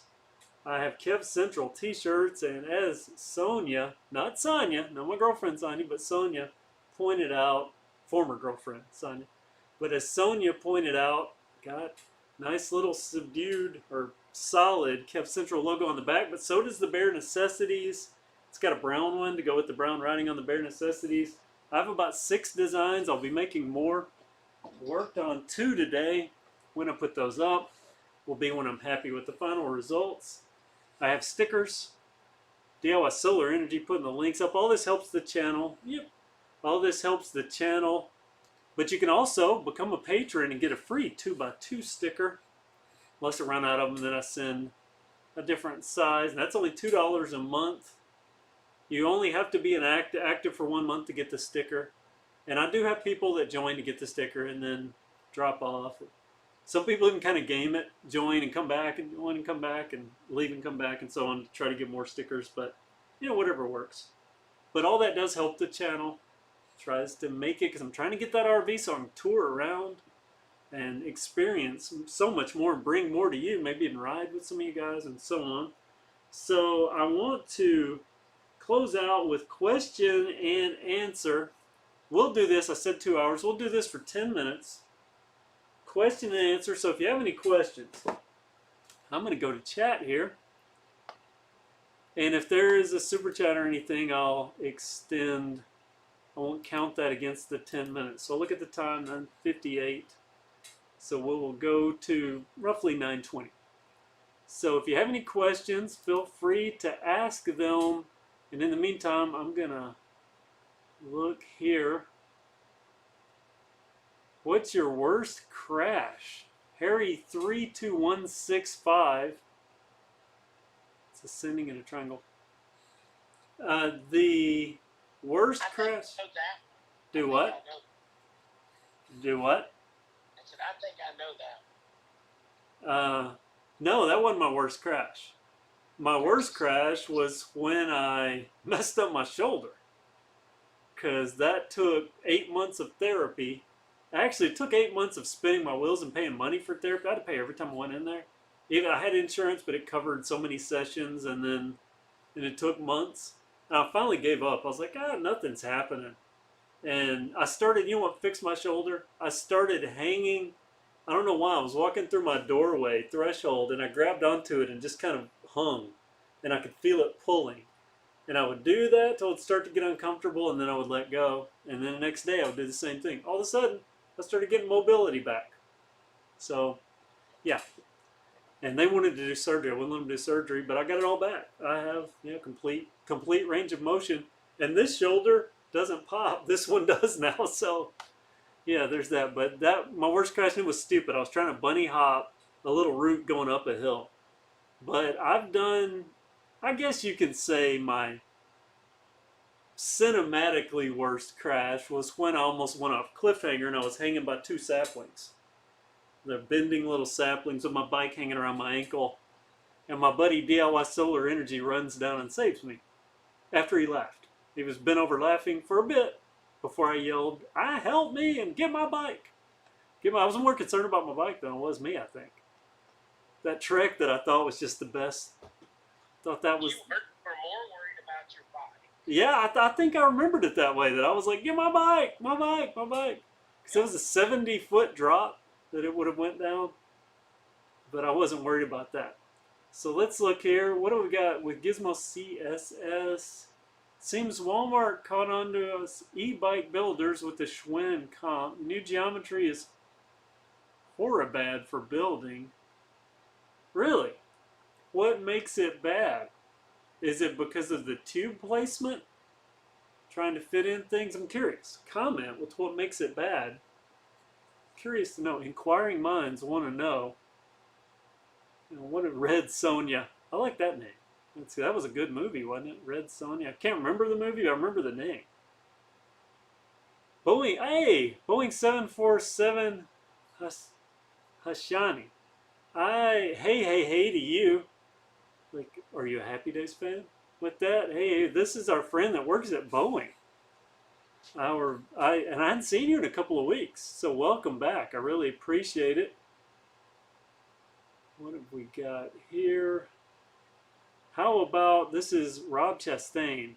How about something smaller than regular RV, something large enough to sleep and bikes, everything else will be handled elsewhere.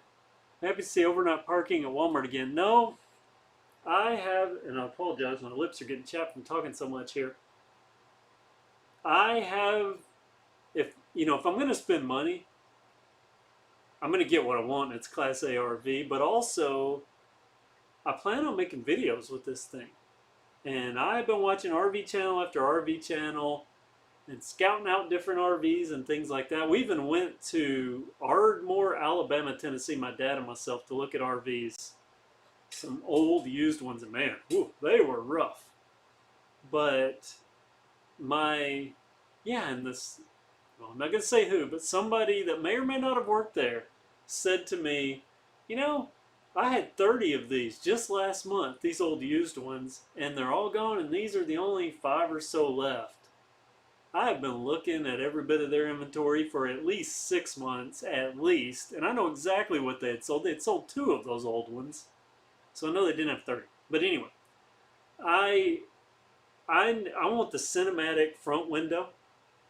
I already have in mind what I want to do with this thing. So a Class A kind of fits my bill. So I need the big picture window. I want the all-one unit so I can do everything I need to do in the unit. And again, I have plans. So my plans, I mean, I'm not saying I would turn down if a company wanted to sponsor me and give me something else to use, I would use it. But if I have any financial involvement at all in, it's going to be what I want. That's a Class A. Even if I have to keep saving, I'll go long term on this. If it takes me 3 years, 5 years, whatever, I'll keep saving. I mean, the cheapest new Class A, it's like $89,000. I mean, I think in a couple of years, 2 or 3 years, hopefully, if the channel keeps growing, I could maybe save that. And by the way, if you're new, notice that I put my KevCentral, making sure that thing wasn't falling down. Put my KevCentral play button, the YouTube play button for the 100,000 subscribers. So thanks to everybody for being part of the channel. But thank you, Rob Chastain, for asking that question. Headingway, I saw Headingway. It reminded me of Hemingway. Heading my way. Would you consider a bike shop style box trailer to tow behind your Class A RV? You can safely store your bikes and equipment. No, I would probably put the bikes inside with me because it would just be me. And Class A RVs are roomy. So even if I got the smallest one, I would still have room for a bike or two. So, yeah, no, I'll put the bikes inside with me. Plus, I can keep them safer, don't have to worry about them.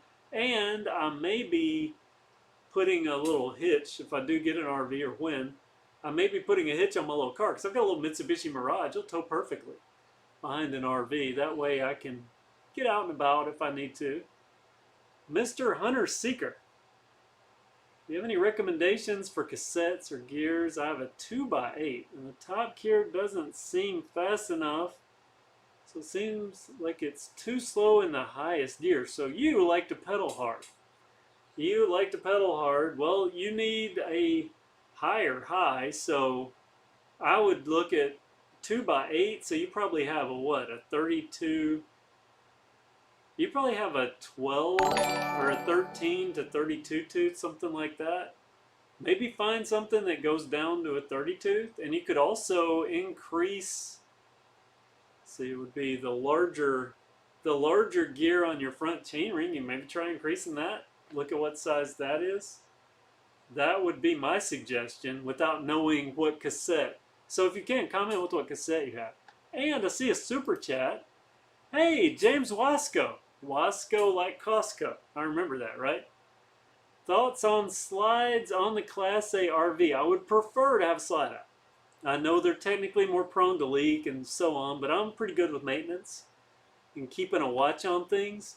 So I could definitely maintain and manage a slide out. I would even do a few of them because I'm pretty good with that, like watching things once it's working properly. So thank you.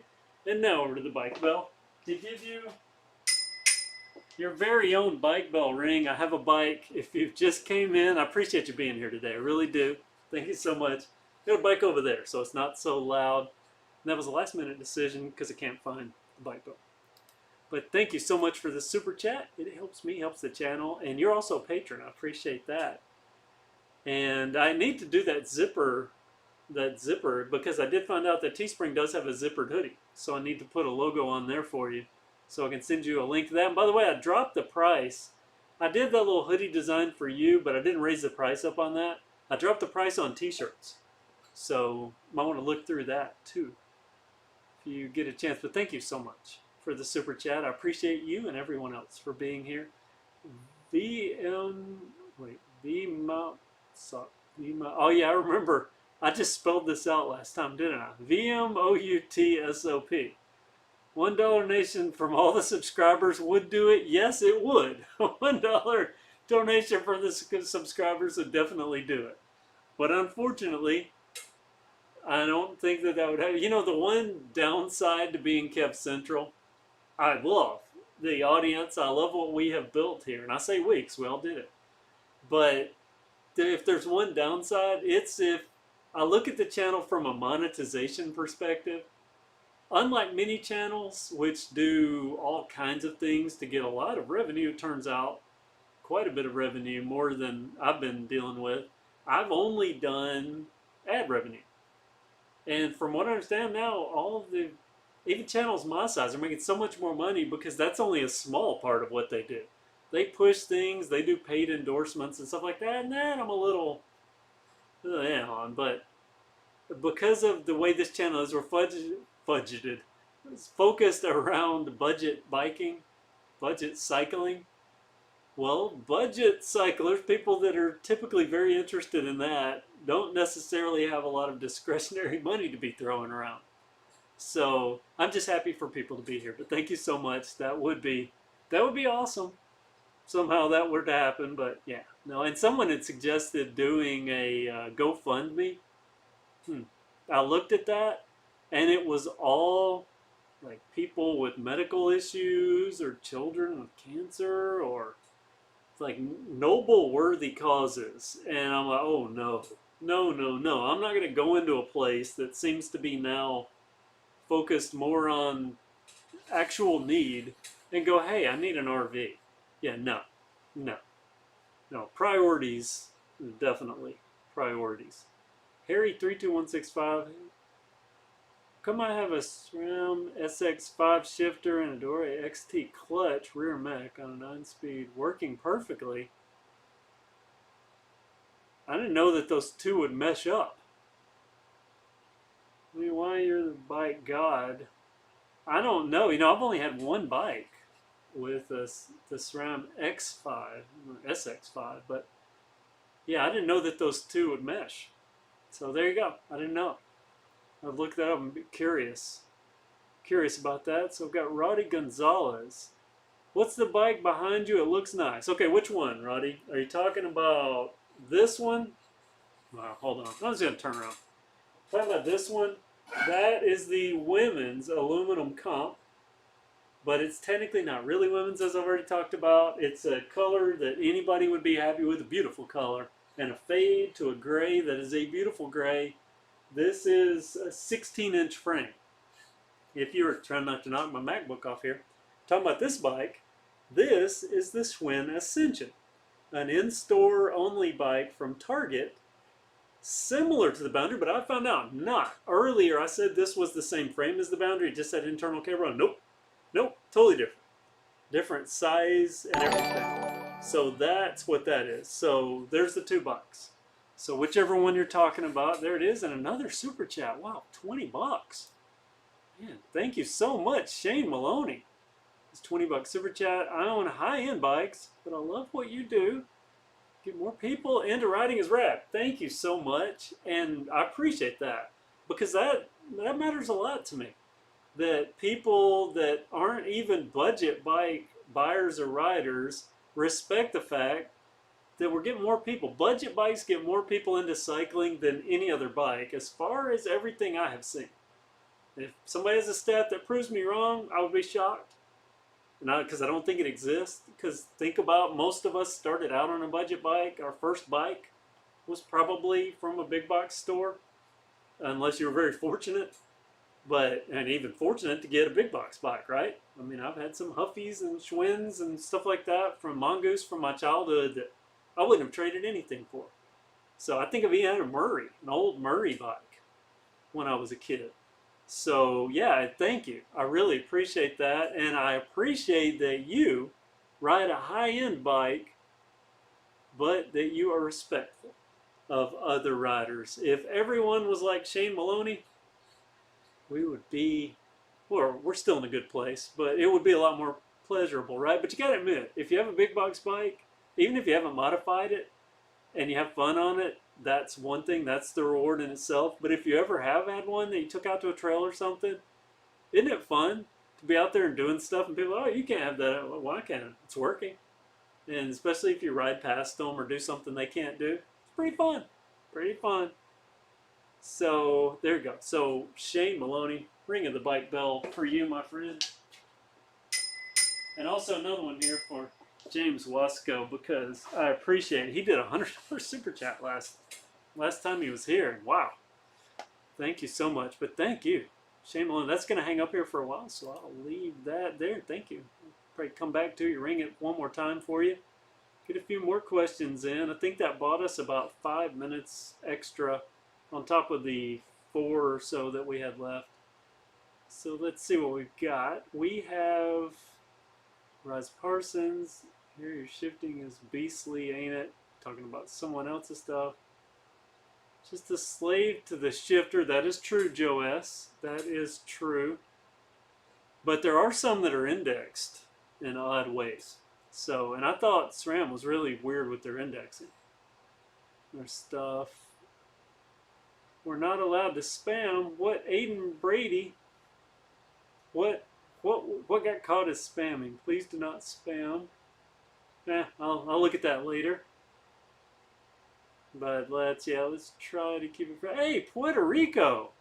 Friends in Puerto Rico represent here. Texabara. Hello to you. Thank you for being here. Just side note, totally non-bike related. In my college, there was this one professor that I adored. Went to Paris. She was with a part of a group that went to Paris with. And she was amazing, and I loved her to death. But I'm not going to give her name because I don't want to give out any personal details. But in one, I missed the first. She had the syllabus. You get the syllabus, and you get that one professor that you're scared to death because you've never heard of them, and you go in and you look, and it's like, do not be late to my class. If you're 1 minute late, blah, blah, you might as well withdraw from the class kind of thing. She had that kind of syllabus, so I was worried. And guess what I did? The only time in all of my college, somehow I mixed up the time. I thought the class started at like 1:15 and it started at 1:10 or 1:05, something like that. I came in late. So I missed the part where she said that she was from Costa Rica. At some point, I heard Rica or something in the background, and I, in my head, went to Puerto Rico. And I could see her as a person on the beach, because she was very attractive in Puerto Rico, because Puerto Rico has some beautiful beaches. And at some point, a few weeks into class, it might have been months into class, we'd gotten to know each other pretty well. We were talking at one point, and I said something about beautiful beaches or something, and wanting to, get to Puerto Rico, to some beach I'd seen on TV or something. Said, where do you think I'm from? I went, well, Puerto Rico, because I heard. She said, I'm from Costa Rica. And just quit talking to me. I think I had crossed some line. I'm like, what? I think I was just talking about beaches. So yeah, Puerto Rico I love, but I learned that my professor is not from Puerto Rico, he's from Costa Rica. So a total fail on my part. Goes a car stereo. Don't know if you can hear it. It is 10:16 on a Monday night. Gotta love that. Bumping through the neighborhood. You don't miss college? I actually do miss college, Joe S. I miss it greatly. I was one of those people that if I could figure out a way to be a professional college student, I would excel. Excel. And I got in all the honor societies, and they're not all the honor, all the ones I was eligible for. The honor societies, I loved college. Loved college. Let's see, Carrera is what you need to try. Get a hold of. Honestly, you like Walmart bikes? She's trying to get one. UK. Yeah, somebody offered Harry32165. Oh, another super chat here. Oh my gosh. James Wasco again. I don't want to be taking food out of you and your family's mouths. So, I really appreciate it. And do $1 million. No, I'm just kidding. If you can do RV certificate. No. But thank you so much. Wow. Well, that'll buy a few more minutes here. That'll buy a few more minutes. Let me look at the $5 here from Loose. Even you, Loose, 2 L's, so no, it's cool. 2 L's, 2 O's. Need 2 S's and 2 E's. Thank you. You said you got my Bare Necessities t-shirt last week, excuse me. It looks great. Been sporting it on rides with my 6-year-old. How awesome. I almost did a little child's, because you can do infant things and child shirts. I almost put that bare necessities on kids stuff because I thought it may be cute there. Especially I walk around Disney with that. And I am, if I get to Disney, I'm gonna do that. But thank you so much. So Bike Bell for all you guys. So Shane Maloney got Loose, two L's, two O's. And I've got my buddy James Wasco, also a patron, and he also says, "Oh, why not one more time? We appreciate you, Kevin." Well, thank you so much. I appreciate you. I really do. And I hope that everything is going well with the situation with the friend that you had messaged, because James Wasco is a patron, as I just mentioned. So let me get over here and give Shane Maloney another ring of the bike bell, as well as Loose and Mr. Wasco. Get over here and ring that for Shane. For Loose, it's two there, and then Wasco. Yeah, I can't do it. Guess I should probably keep maybe an automated bell ring for that. Thank you so much. Wow. Wow. And Mr. Wasco, at some point when I get around, I don't know if you guys have seen Stream Decks, all the YouTubers and Twitch streamers use these, apparently, the big ones. I can program these buttons, and they make a big one. Turns out, big price difference between the 6 button, and I think this is the 15 button. Big difference between like 79 to 129 to $1 billion for the 32 button. But as soon as I get this programmed, I'll be able to do maybe a little graphic on the screen or something like that. I'll give you your own special graphic. And yeah, so thank you. Thank you so much. Wow. Really appreciate it. I want to say more. You have more questions? I want to answer all your questions. So let's get back in here and look at, I seen you, Luis again, Grayleaf. Yes, and Grayleaf, Mr. Wasco, no, he is in fact awesome. And also his wife, because I know that both of their names are on the, and I don't want to say her name, is that okay?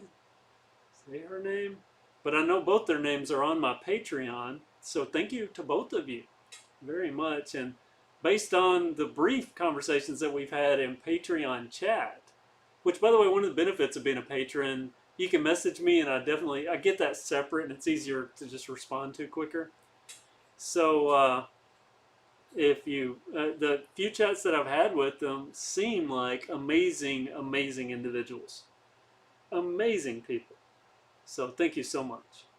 New York, Luis. Wait, Kevin, what you saying before super chat? Oh yeah. What was I saying before the super chat? What was I saying? Well, I'll come back to it if I remember it. And then, wow, that's definitely going to help Kev reach his RV goal. That is true, Mr. Wasco. I'm putting all the super chat money that goes into its own special little funnel to get me closer to that RV that if I get, I can tour around, do KevCentral Explorers episodes. I have so much I want to do with those. And hopefully, you know, my goal with that KevCentral Explorer stuff is not only, I'm a history buff, and also as in college, someone mentioned college, weren't a good, you know, they didn't like college. I loved college. I got told all the time in college that I should have been a teacher. And I probably should have been, because I think I would enjoy that. I like instructing. But I would love to share history and also use the KevCentral Explorers to teach a little bit of history while making it fun, and possibly get the attention of a studio that maybe would want to fund KevCentral Explorers to make it really good. Give me a crew where I don't have to worry about my semi-okay editing ability and budgeting and filming, and get somewhere I can come up with a plan, write the scripts, do my voiceover, and guide the filming. So we'll see. Let's see, Nicholas Perez fell asleep, woke up to that. Wow, that's a good thing to wake up to, isn't it? New York Luis. Ever think about reviewing a GT Avalanche from Dick's Sporting Goods? You know, we have a Dick's Sporting Goods in my city that I have not been very impressed with the technical ability to properly assemble a bike. And one thing about Dick's Sporting Goods, you know, you're paying a little more. And you're getting a good bike. GTs are good bikes. But you're paying, by the way, made by Pacific Cycle. Pacific Cycle, or at least owns the GT brand now, or does the. I'm pretty sure they own the GT brand. So that's who owns Schwinn, Mongoose. Well, not Pacific Cycle, but I think Durrell, the big parent company, is Cannondale now, owns Cannondale, which I love Cannondale. But I'm not going to spend money in my local Dick's Sporting Goods store for a bike to pay a little extra for it and not feel confident that I'm getting something that I'm paying extra for, right? If you understand what I'm saying. So because of that, probably no. But I do know that there are Dick's Sporting Goods stores in cities. I've heard the one in Nashville is amazing. Their mechanic, I even had one of the mechanics, I don't know if it's from Nashville, but I've had a mechanic or two from Dick's Sporting Goods comment about, oh no, we're really good at my store. And matter of fact, I've heard things good about the Huntsville store. So I know they can do it in my store. May have even changed because I haven't been in there in at least a year. But that's why probably not. Probably not. Plus the GT prices are kind of weird right now, weirdly high. I paid $249 or $3 something for my GT Aggressor Pro, and now look how much it costs. So there we go. End of my rant about that. Ronald Hook, I have 2 box sets that were really good for me. No chain slap. So you have the 8 and the 9 speed. You have the box 3 Prime 9 because I haven't seen one that hasn't had chain slap with the box 3 Prime 9. But maybe they have a new model as a clutch or something. Well, mine's technically supposed to have the clutch. But yeah, I wasn't impressed with mine. Get an RV, make sure you keep the roof covered when it isn't in use. Camper add to some. Yes. Yeah, and RVs are weird. That's a weird industry. I've watched, there's even videos on YouTube. One YouTuber, he bought $100 and something thousand RV. And he got it to do his channel. I mean, his living was with his YouTube channel.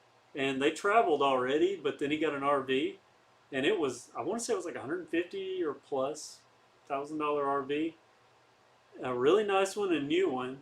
And they drove it for like a month or so and then realized that it had been leaking water for the whole time and they hadn't leaked through.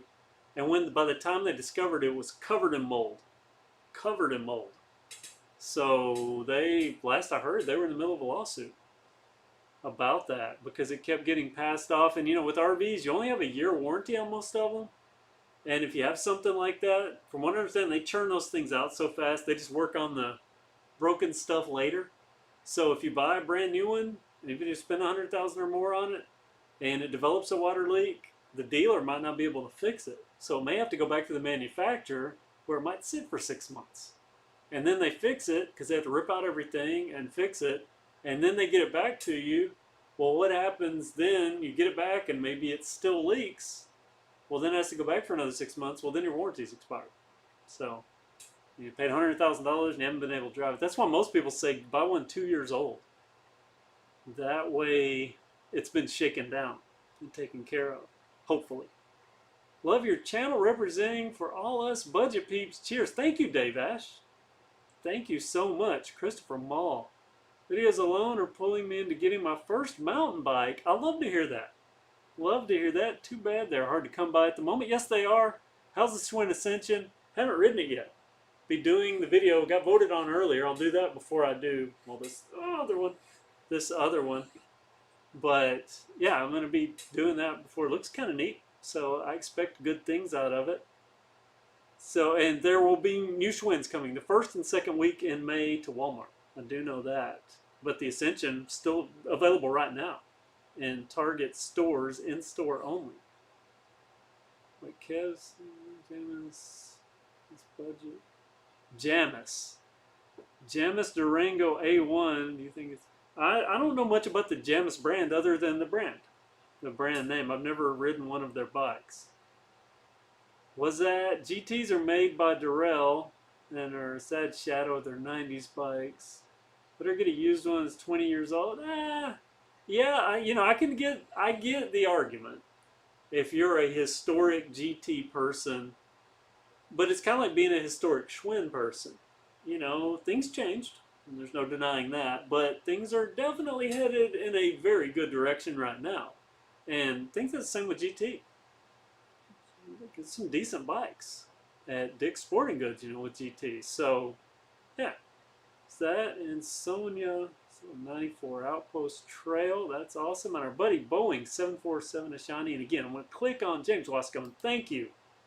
You know, so appreciative. You have no idea. No idea. Hey, Kev, you should pay extra for the Axum with an Altus. Are you saying that they should have a model of the Axum that can be paid extra for that comes with an Altus and a Suntour XCM30? Well, I would want a 30. It's going to pay extra. Why not get a 32? But yeah, I agree with that. And who knows? They seem to be listening to us here at KevCentral and watching the comments and things like that. So maybe in the future we get a little more. Honestly, I think it's going to get better as the years progress, as this keeps going. And I hope that we are here doing this as the years progress. And, you know, good Lord willing, we are all here doing this and having fun, especially when we get past this pandemic stuff. Past that. Treacherous. Jamis makes good bikes. I have heard that. AJ the Weekend Warrior, thanks for getting me into mountain bikes. Love the channel. Love to see updated budget parts video. I wanted to do an updated budget parts video. My plan going into this year was to do, actually towards the end of last year, was to do a 2021 best bikes to buy and parts to buy. But things have been so hectic, you never know when you can get. I had some Zoom. That's how desperate I'm getting. I had some Zoom hydraulic disc brakes. Not that there's anything wrong with them, but just, you know, I was going to put them on a project bike because I was needing a brake, and that was the only one I could find. I had them in my car. The next day I went to buy them. They're sold out. So it's hard to get stuff right now. And as I mentioned earlier, there are some people taking advantage. Nothing wrong with this fork, the ZTZ. It's my second one of these. You'll see one something soon. I think it's the second one of this ZTZ.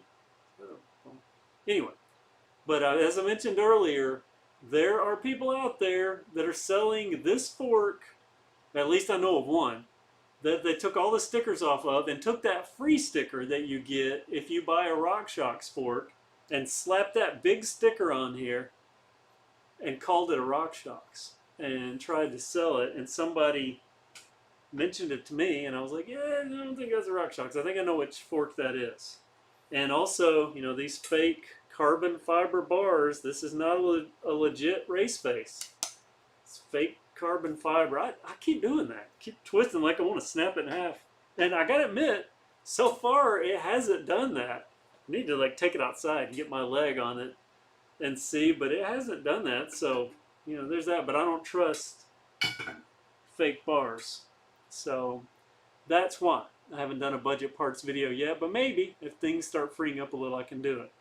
Mesa is 649. I must be talking about a Jamis. I built a Hemi Red China. I don't know what we're talking about there.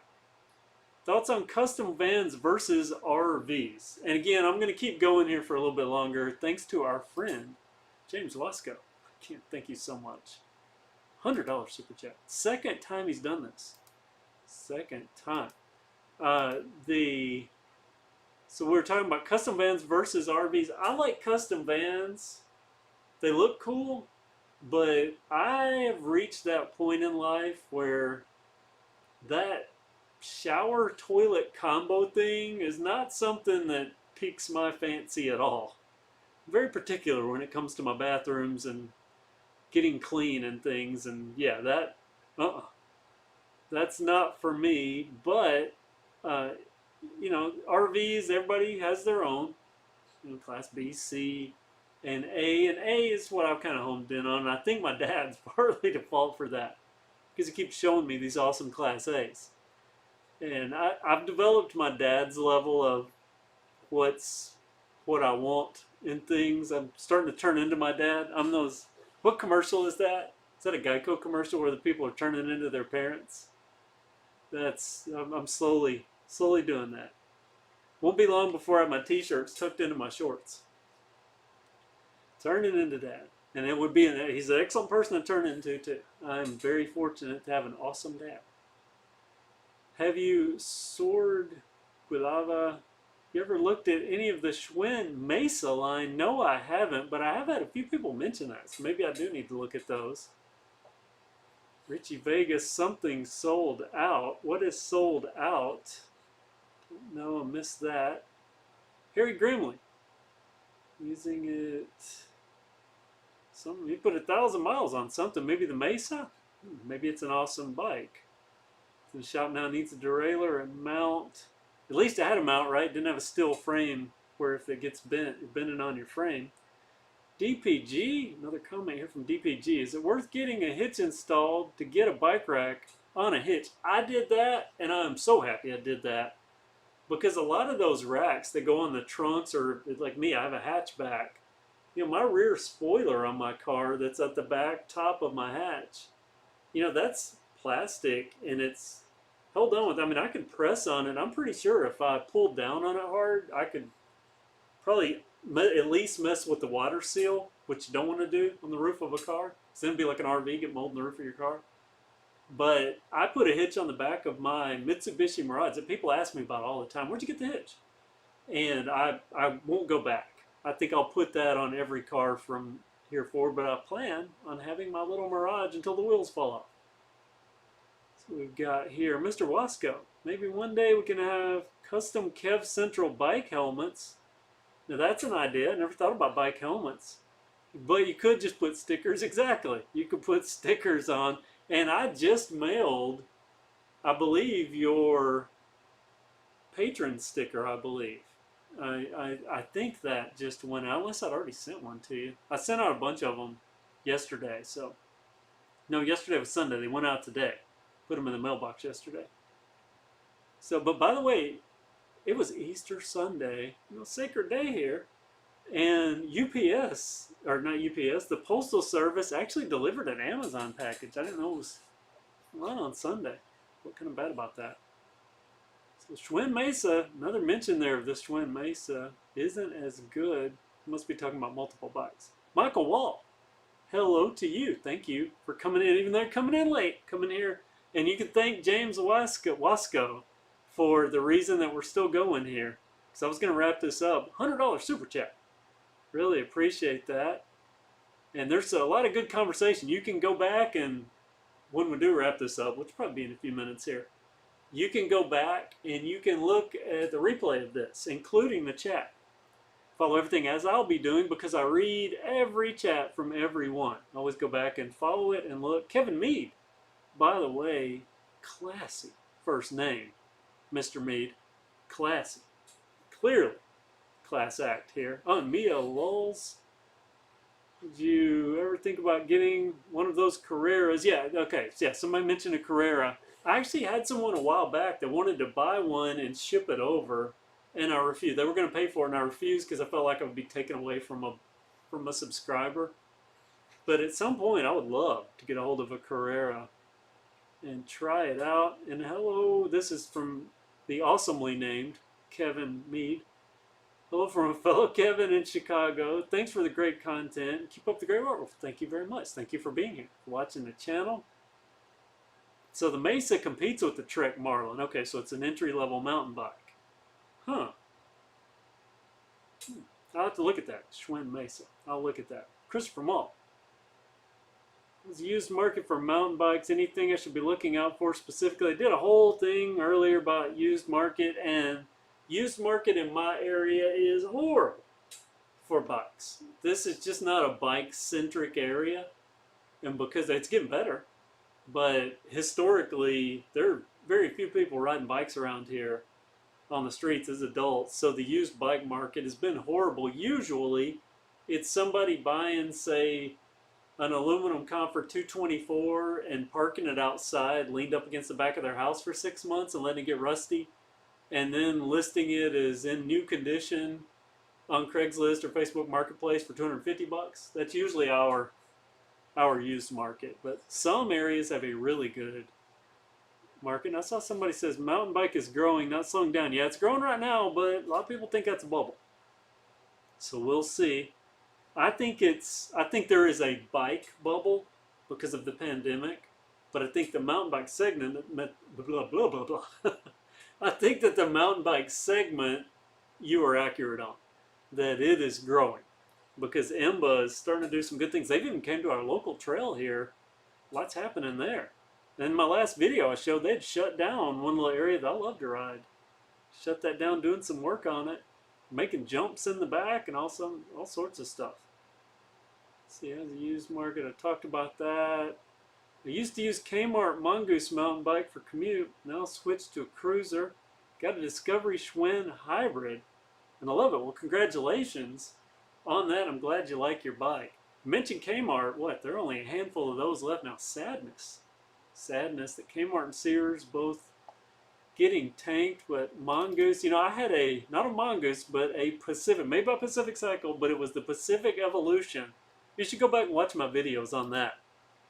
Texabara, because that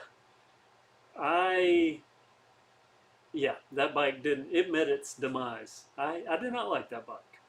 Me and that bike were enemies. I still have, well, I'm not going to show it, still have a little faint hint of a scar on the back of my ankle from that bike. Be careful in the market, used, tricky, lots of stolen bikes. That's true. That is true. I could see that in a big city. Matter of fact, Kelsey Lee, that just quit making videos. So sad. A New York Bike Messenger, formerly, I guess, New York Bike Messenger. I don't know if she's still doing it, but she had a bike stolen, and some of her messenger bikes, she put the word out, some of her messenger buddies, somebody had listed it just hours later, and there were some tough-looking guys, and when they went, the person decided that it was in their best interest to give the bike back. So good for them to get her bike back. And good for those messengers for sticking together, and bike riders in general. VLOs and collective bikes, Rise mentioned. If you ever get one of those, I don't know, are they even available in the US? Because right now with shipping, I mean, when I have bike companies talk about how much shipping has went up from overseas to here, I shudder at the thought of paying shipping, especially when I'm trying to afford an RV. It's a long one this week. Yes, it is. Downtime Adventures. Oh my gosh, we have broken a record. Okay, I'm almost at the end of comments here, so let's see. So we're fixing older bikes. A lot of people would throw away. I fixed up a 1983 Schwinn with Tour mixed. A couple of other bikes. Feels good to bring a bike back from the dead. That is awesome. Quiliva. Am I saying it? Quilava? Am I saying that name properly? I've been saying it for weeks now like that. Not so much a bubble as cyclical. Normally things are cyclical, but because of COVID, you know, that's when it really ballooned. Everyone, when was the last time that you ever saw big box bike racks completely empty? In my lifetime, never. So that's what tells me that part is at least a bubble, not just a cyclical thing. Let's see, the Mesa bike is sold out, so it must be pretty popular. Twin Axums, one with the other with SLX11 and a carbon fork.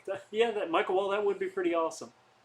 So maybe keep typing that, and maybe Schwinn will see it. Like after this live chat, put it in the comment for this live stream. Again, maybe Schwinn will see that afterwards. Inspired me to get into biking. Ronald Dice Jr. Well, that is awesome. Glad to hear that. Thank you for being here. Sandriel, Sears could have been Amazon, but they refused to move their famous Sears catalog online and missed their chance. I actually did a paper on Eddie Lampert and Sears. Well, more on his styling, but I know quite a bit about Sears. I grew up with Sears. When I was 5 years old, when I was 3 years old, and then when I was 5 years old. When I was 3, we had a house burned down. When I was 5, we had a house burned down. And then they quit putting the matches in the same, no, I'm kidding. Wasn't me. But we had 2 houses burned down. And I remember Sears, and when I was a kid, they walked me in. I mean, we just had on our pajamas. Because I remember Dad waking us up, throwing me and my sister over his shoulders. And the house was just full of smoke. And putting me, we lived in the county, up on top of the well house and gave me a water hose. And anyway, And we walked into a Sears, and I don't know if it was my grandparents or my parents, but I think it was a Sears employee that gave me a Winnie the Pooh, a little Winnie the Pooh. And I still have that Winnie the Pooh. Still have that thing. So yeah, Sears, big part of my life for a long time. So I hate, and they could have been the Amazon, yeah, and they missed an opportunity. And they had a good thing with that Shop Your Way rewards. It was almost, but that got mismanaged into nothing. Into nothing. But I do have, I'm still a loyalist enough. If you go into my kitchen, my refrigerator's Kenmore, my microwave's Kenmore. It's, yeah, but I have a lot of Roebuck and Company shirts. Bubble's going to pop again. PW. Shelves are scarce in some places, yeah, but it'll eventually catch back up. It's one of the best things. I have to give them away. Oh yeah, fixing up a bike. So even James Wasco fixes up bikes and does $100 super chats. So very awesome on both accounts. Thank you. Waiting, done, waiting. I guess you're waiting for the bikes to come back in stock. Bought my first local bike shop bike, a Giant Talon 2, and I love it. Congratulations. Giant makes great bikes. They make great bikes. Make it to Vegas. New mountain bike trails built outside the valley. Wow, Richie Vegas. I have been to Vegas. I loved it. And I'd like to go back. I actually have a friend that lives out there. He is a dealer at a casino, the last I heard. It's also a server genius. So maybe I'll make it out there at some point. And all right, so we're catching up here. Hey Kev, other than cons, what else shoes do you use? Oh, I have on Converse. Oh, no.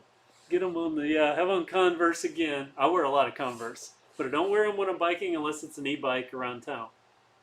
Or if I'm just taking a quick trip around town.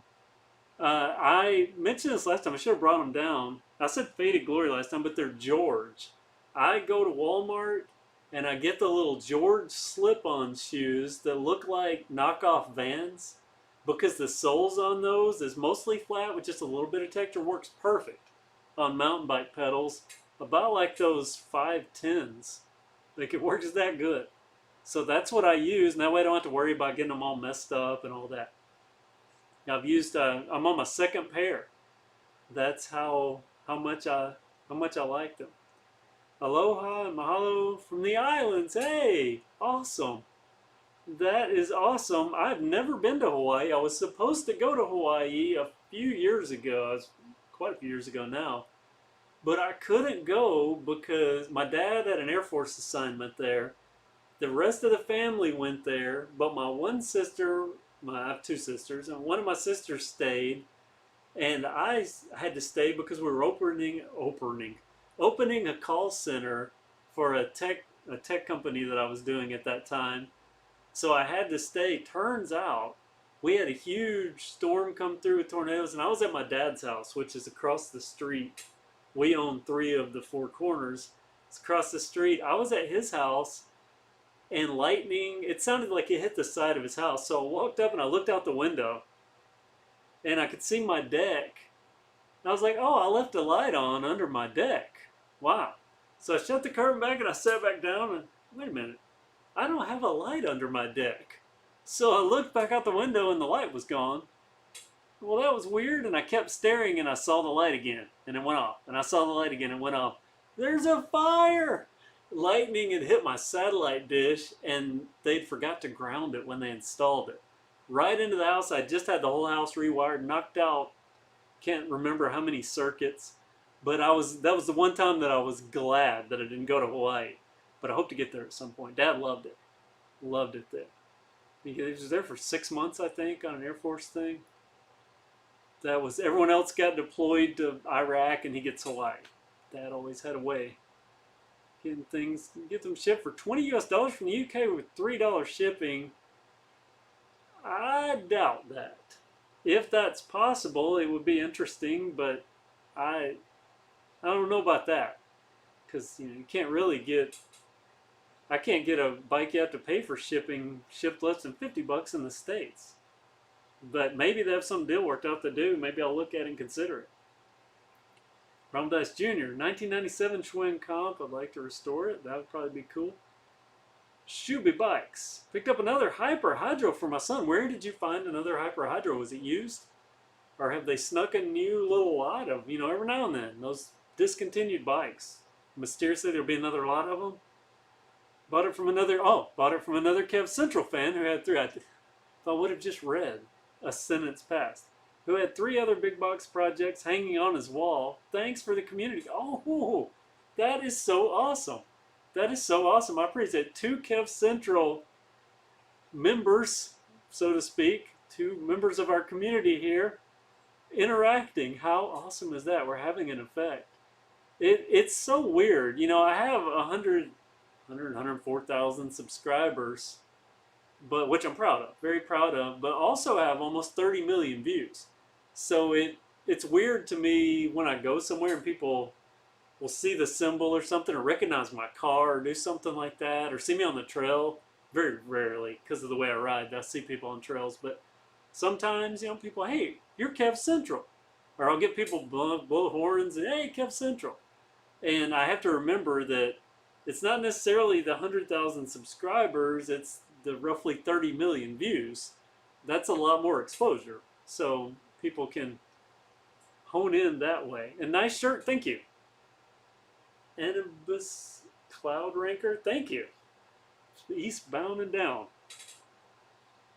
We can know. Is that the same? Yeah, that's out of Smoking the Bandit. That's a Jerry Reed song. I saw him before he passed away in concert. Jerry Reed. Very talented guy. So as was Burt Reynolds.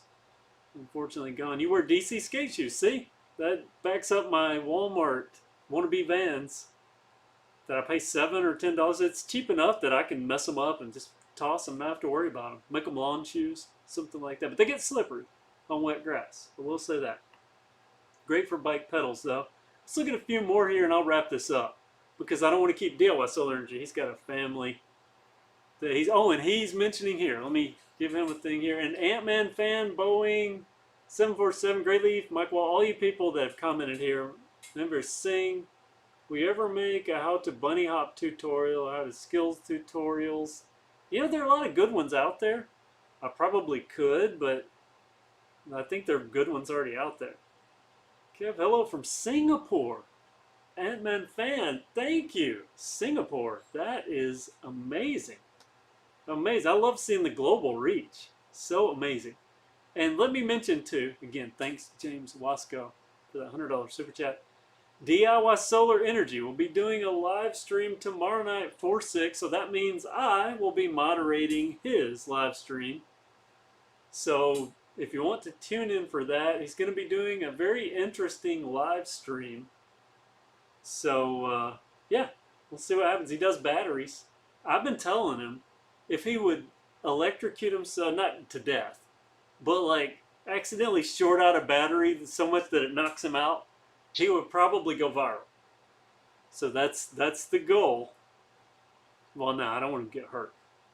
Hey, I will say that I did get the batteries in for the Raton bike, so it won't be this week, but next week, hopefully we can do the Raton battery. Okay. So okay. Those batteries are in the testing process right now. I don't know if you could hear that, but he's just informed me that he has got the batteries in for the Raton battery rebuild. So we will be doing that. That'll be kind of a little combo video thing, right? Are we still planning on doing that? Yes, sir. Okay. People just tell me what I'm doing, and I do it. So there we go. Nice t-shirt. Yeah, I've already read that. And then thumbs up from Vimosop. I don't know how to say that. VMOUTSOP. Richie Vegas. Bring your mountain bike out by Red Rock. Look that up. Almost Midnight Boss. Yeah, this is going on too long. I don't want to just unnecessarily stretch this out. So I'll just say hi to Bike Guy. You have a used bike, budget bike. Made bike purchase, $5,000 bike. Finally, congratulations on stepping up to the big dogs. But I'm glad you enjoy your budget bike too. That's awesome. Miami. I love Miami too. 1151. Still watching you because I love budget bikes still. Burger bikes. I think you meant budget bikes or something, but thank you. Bike guy. Yeah, budget. Correct in the next one. Budget. So thank you. And James Wasco, what an excellent chat here to our message to end it on. Sounds good talking to somebody. Thank you guys so much. I'm going to wrap this up. But as always, I will go back and I will look at every chat that has been on this video. Thanks to everyone that's been part of this for, this is what, almost 3 hours. Oh my gosh, I did not intend for it to go this long. But thank you guys so much. I appreciate everyone. Get some sleep, people that are now. I didn't mean to keep you up this late. I'm so sorry. I won't do this every time. Same bat time, same bat channel. Yeah, so thank you guys so much. I'm going to end it now and log off here. So have a good night. And again, thank you. Let me give one more bike bell ring to Mr. James Wasco and all the super chatters and all chatters that have been involved in this stream. Very successful. I appreciate it. Have a good evening. And I'll see you on the next video, which will be this. Nope.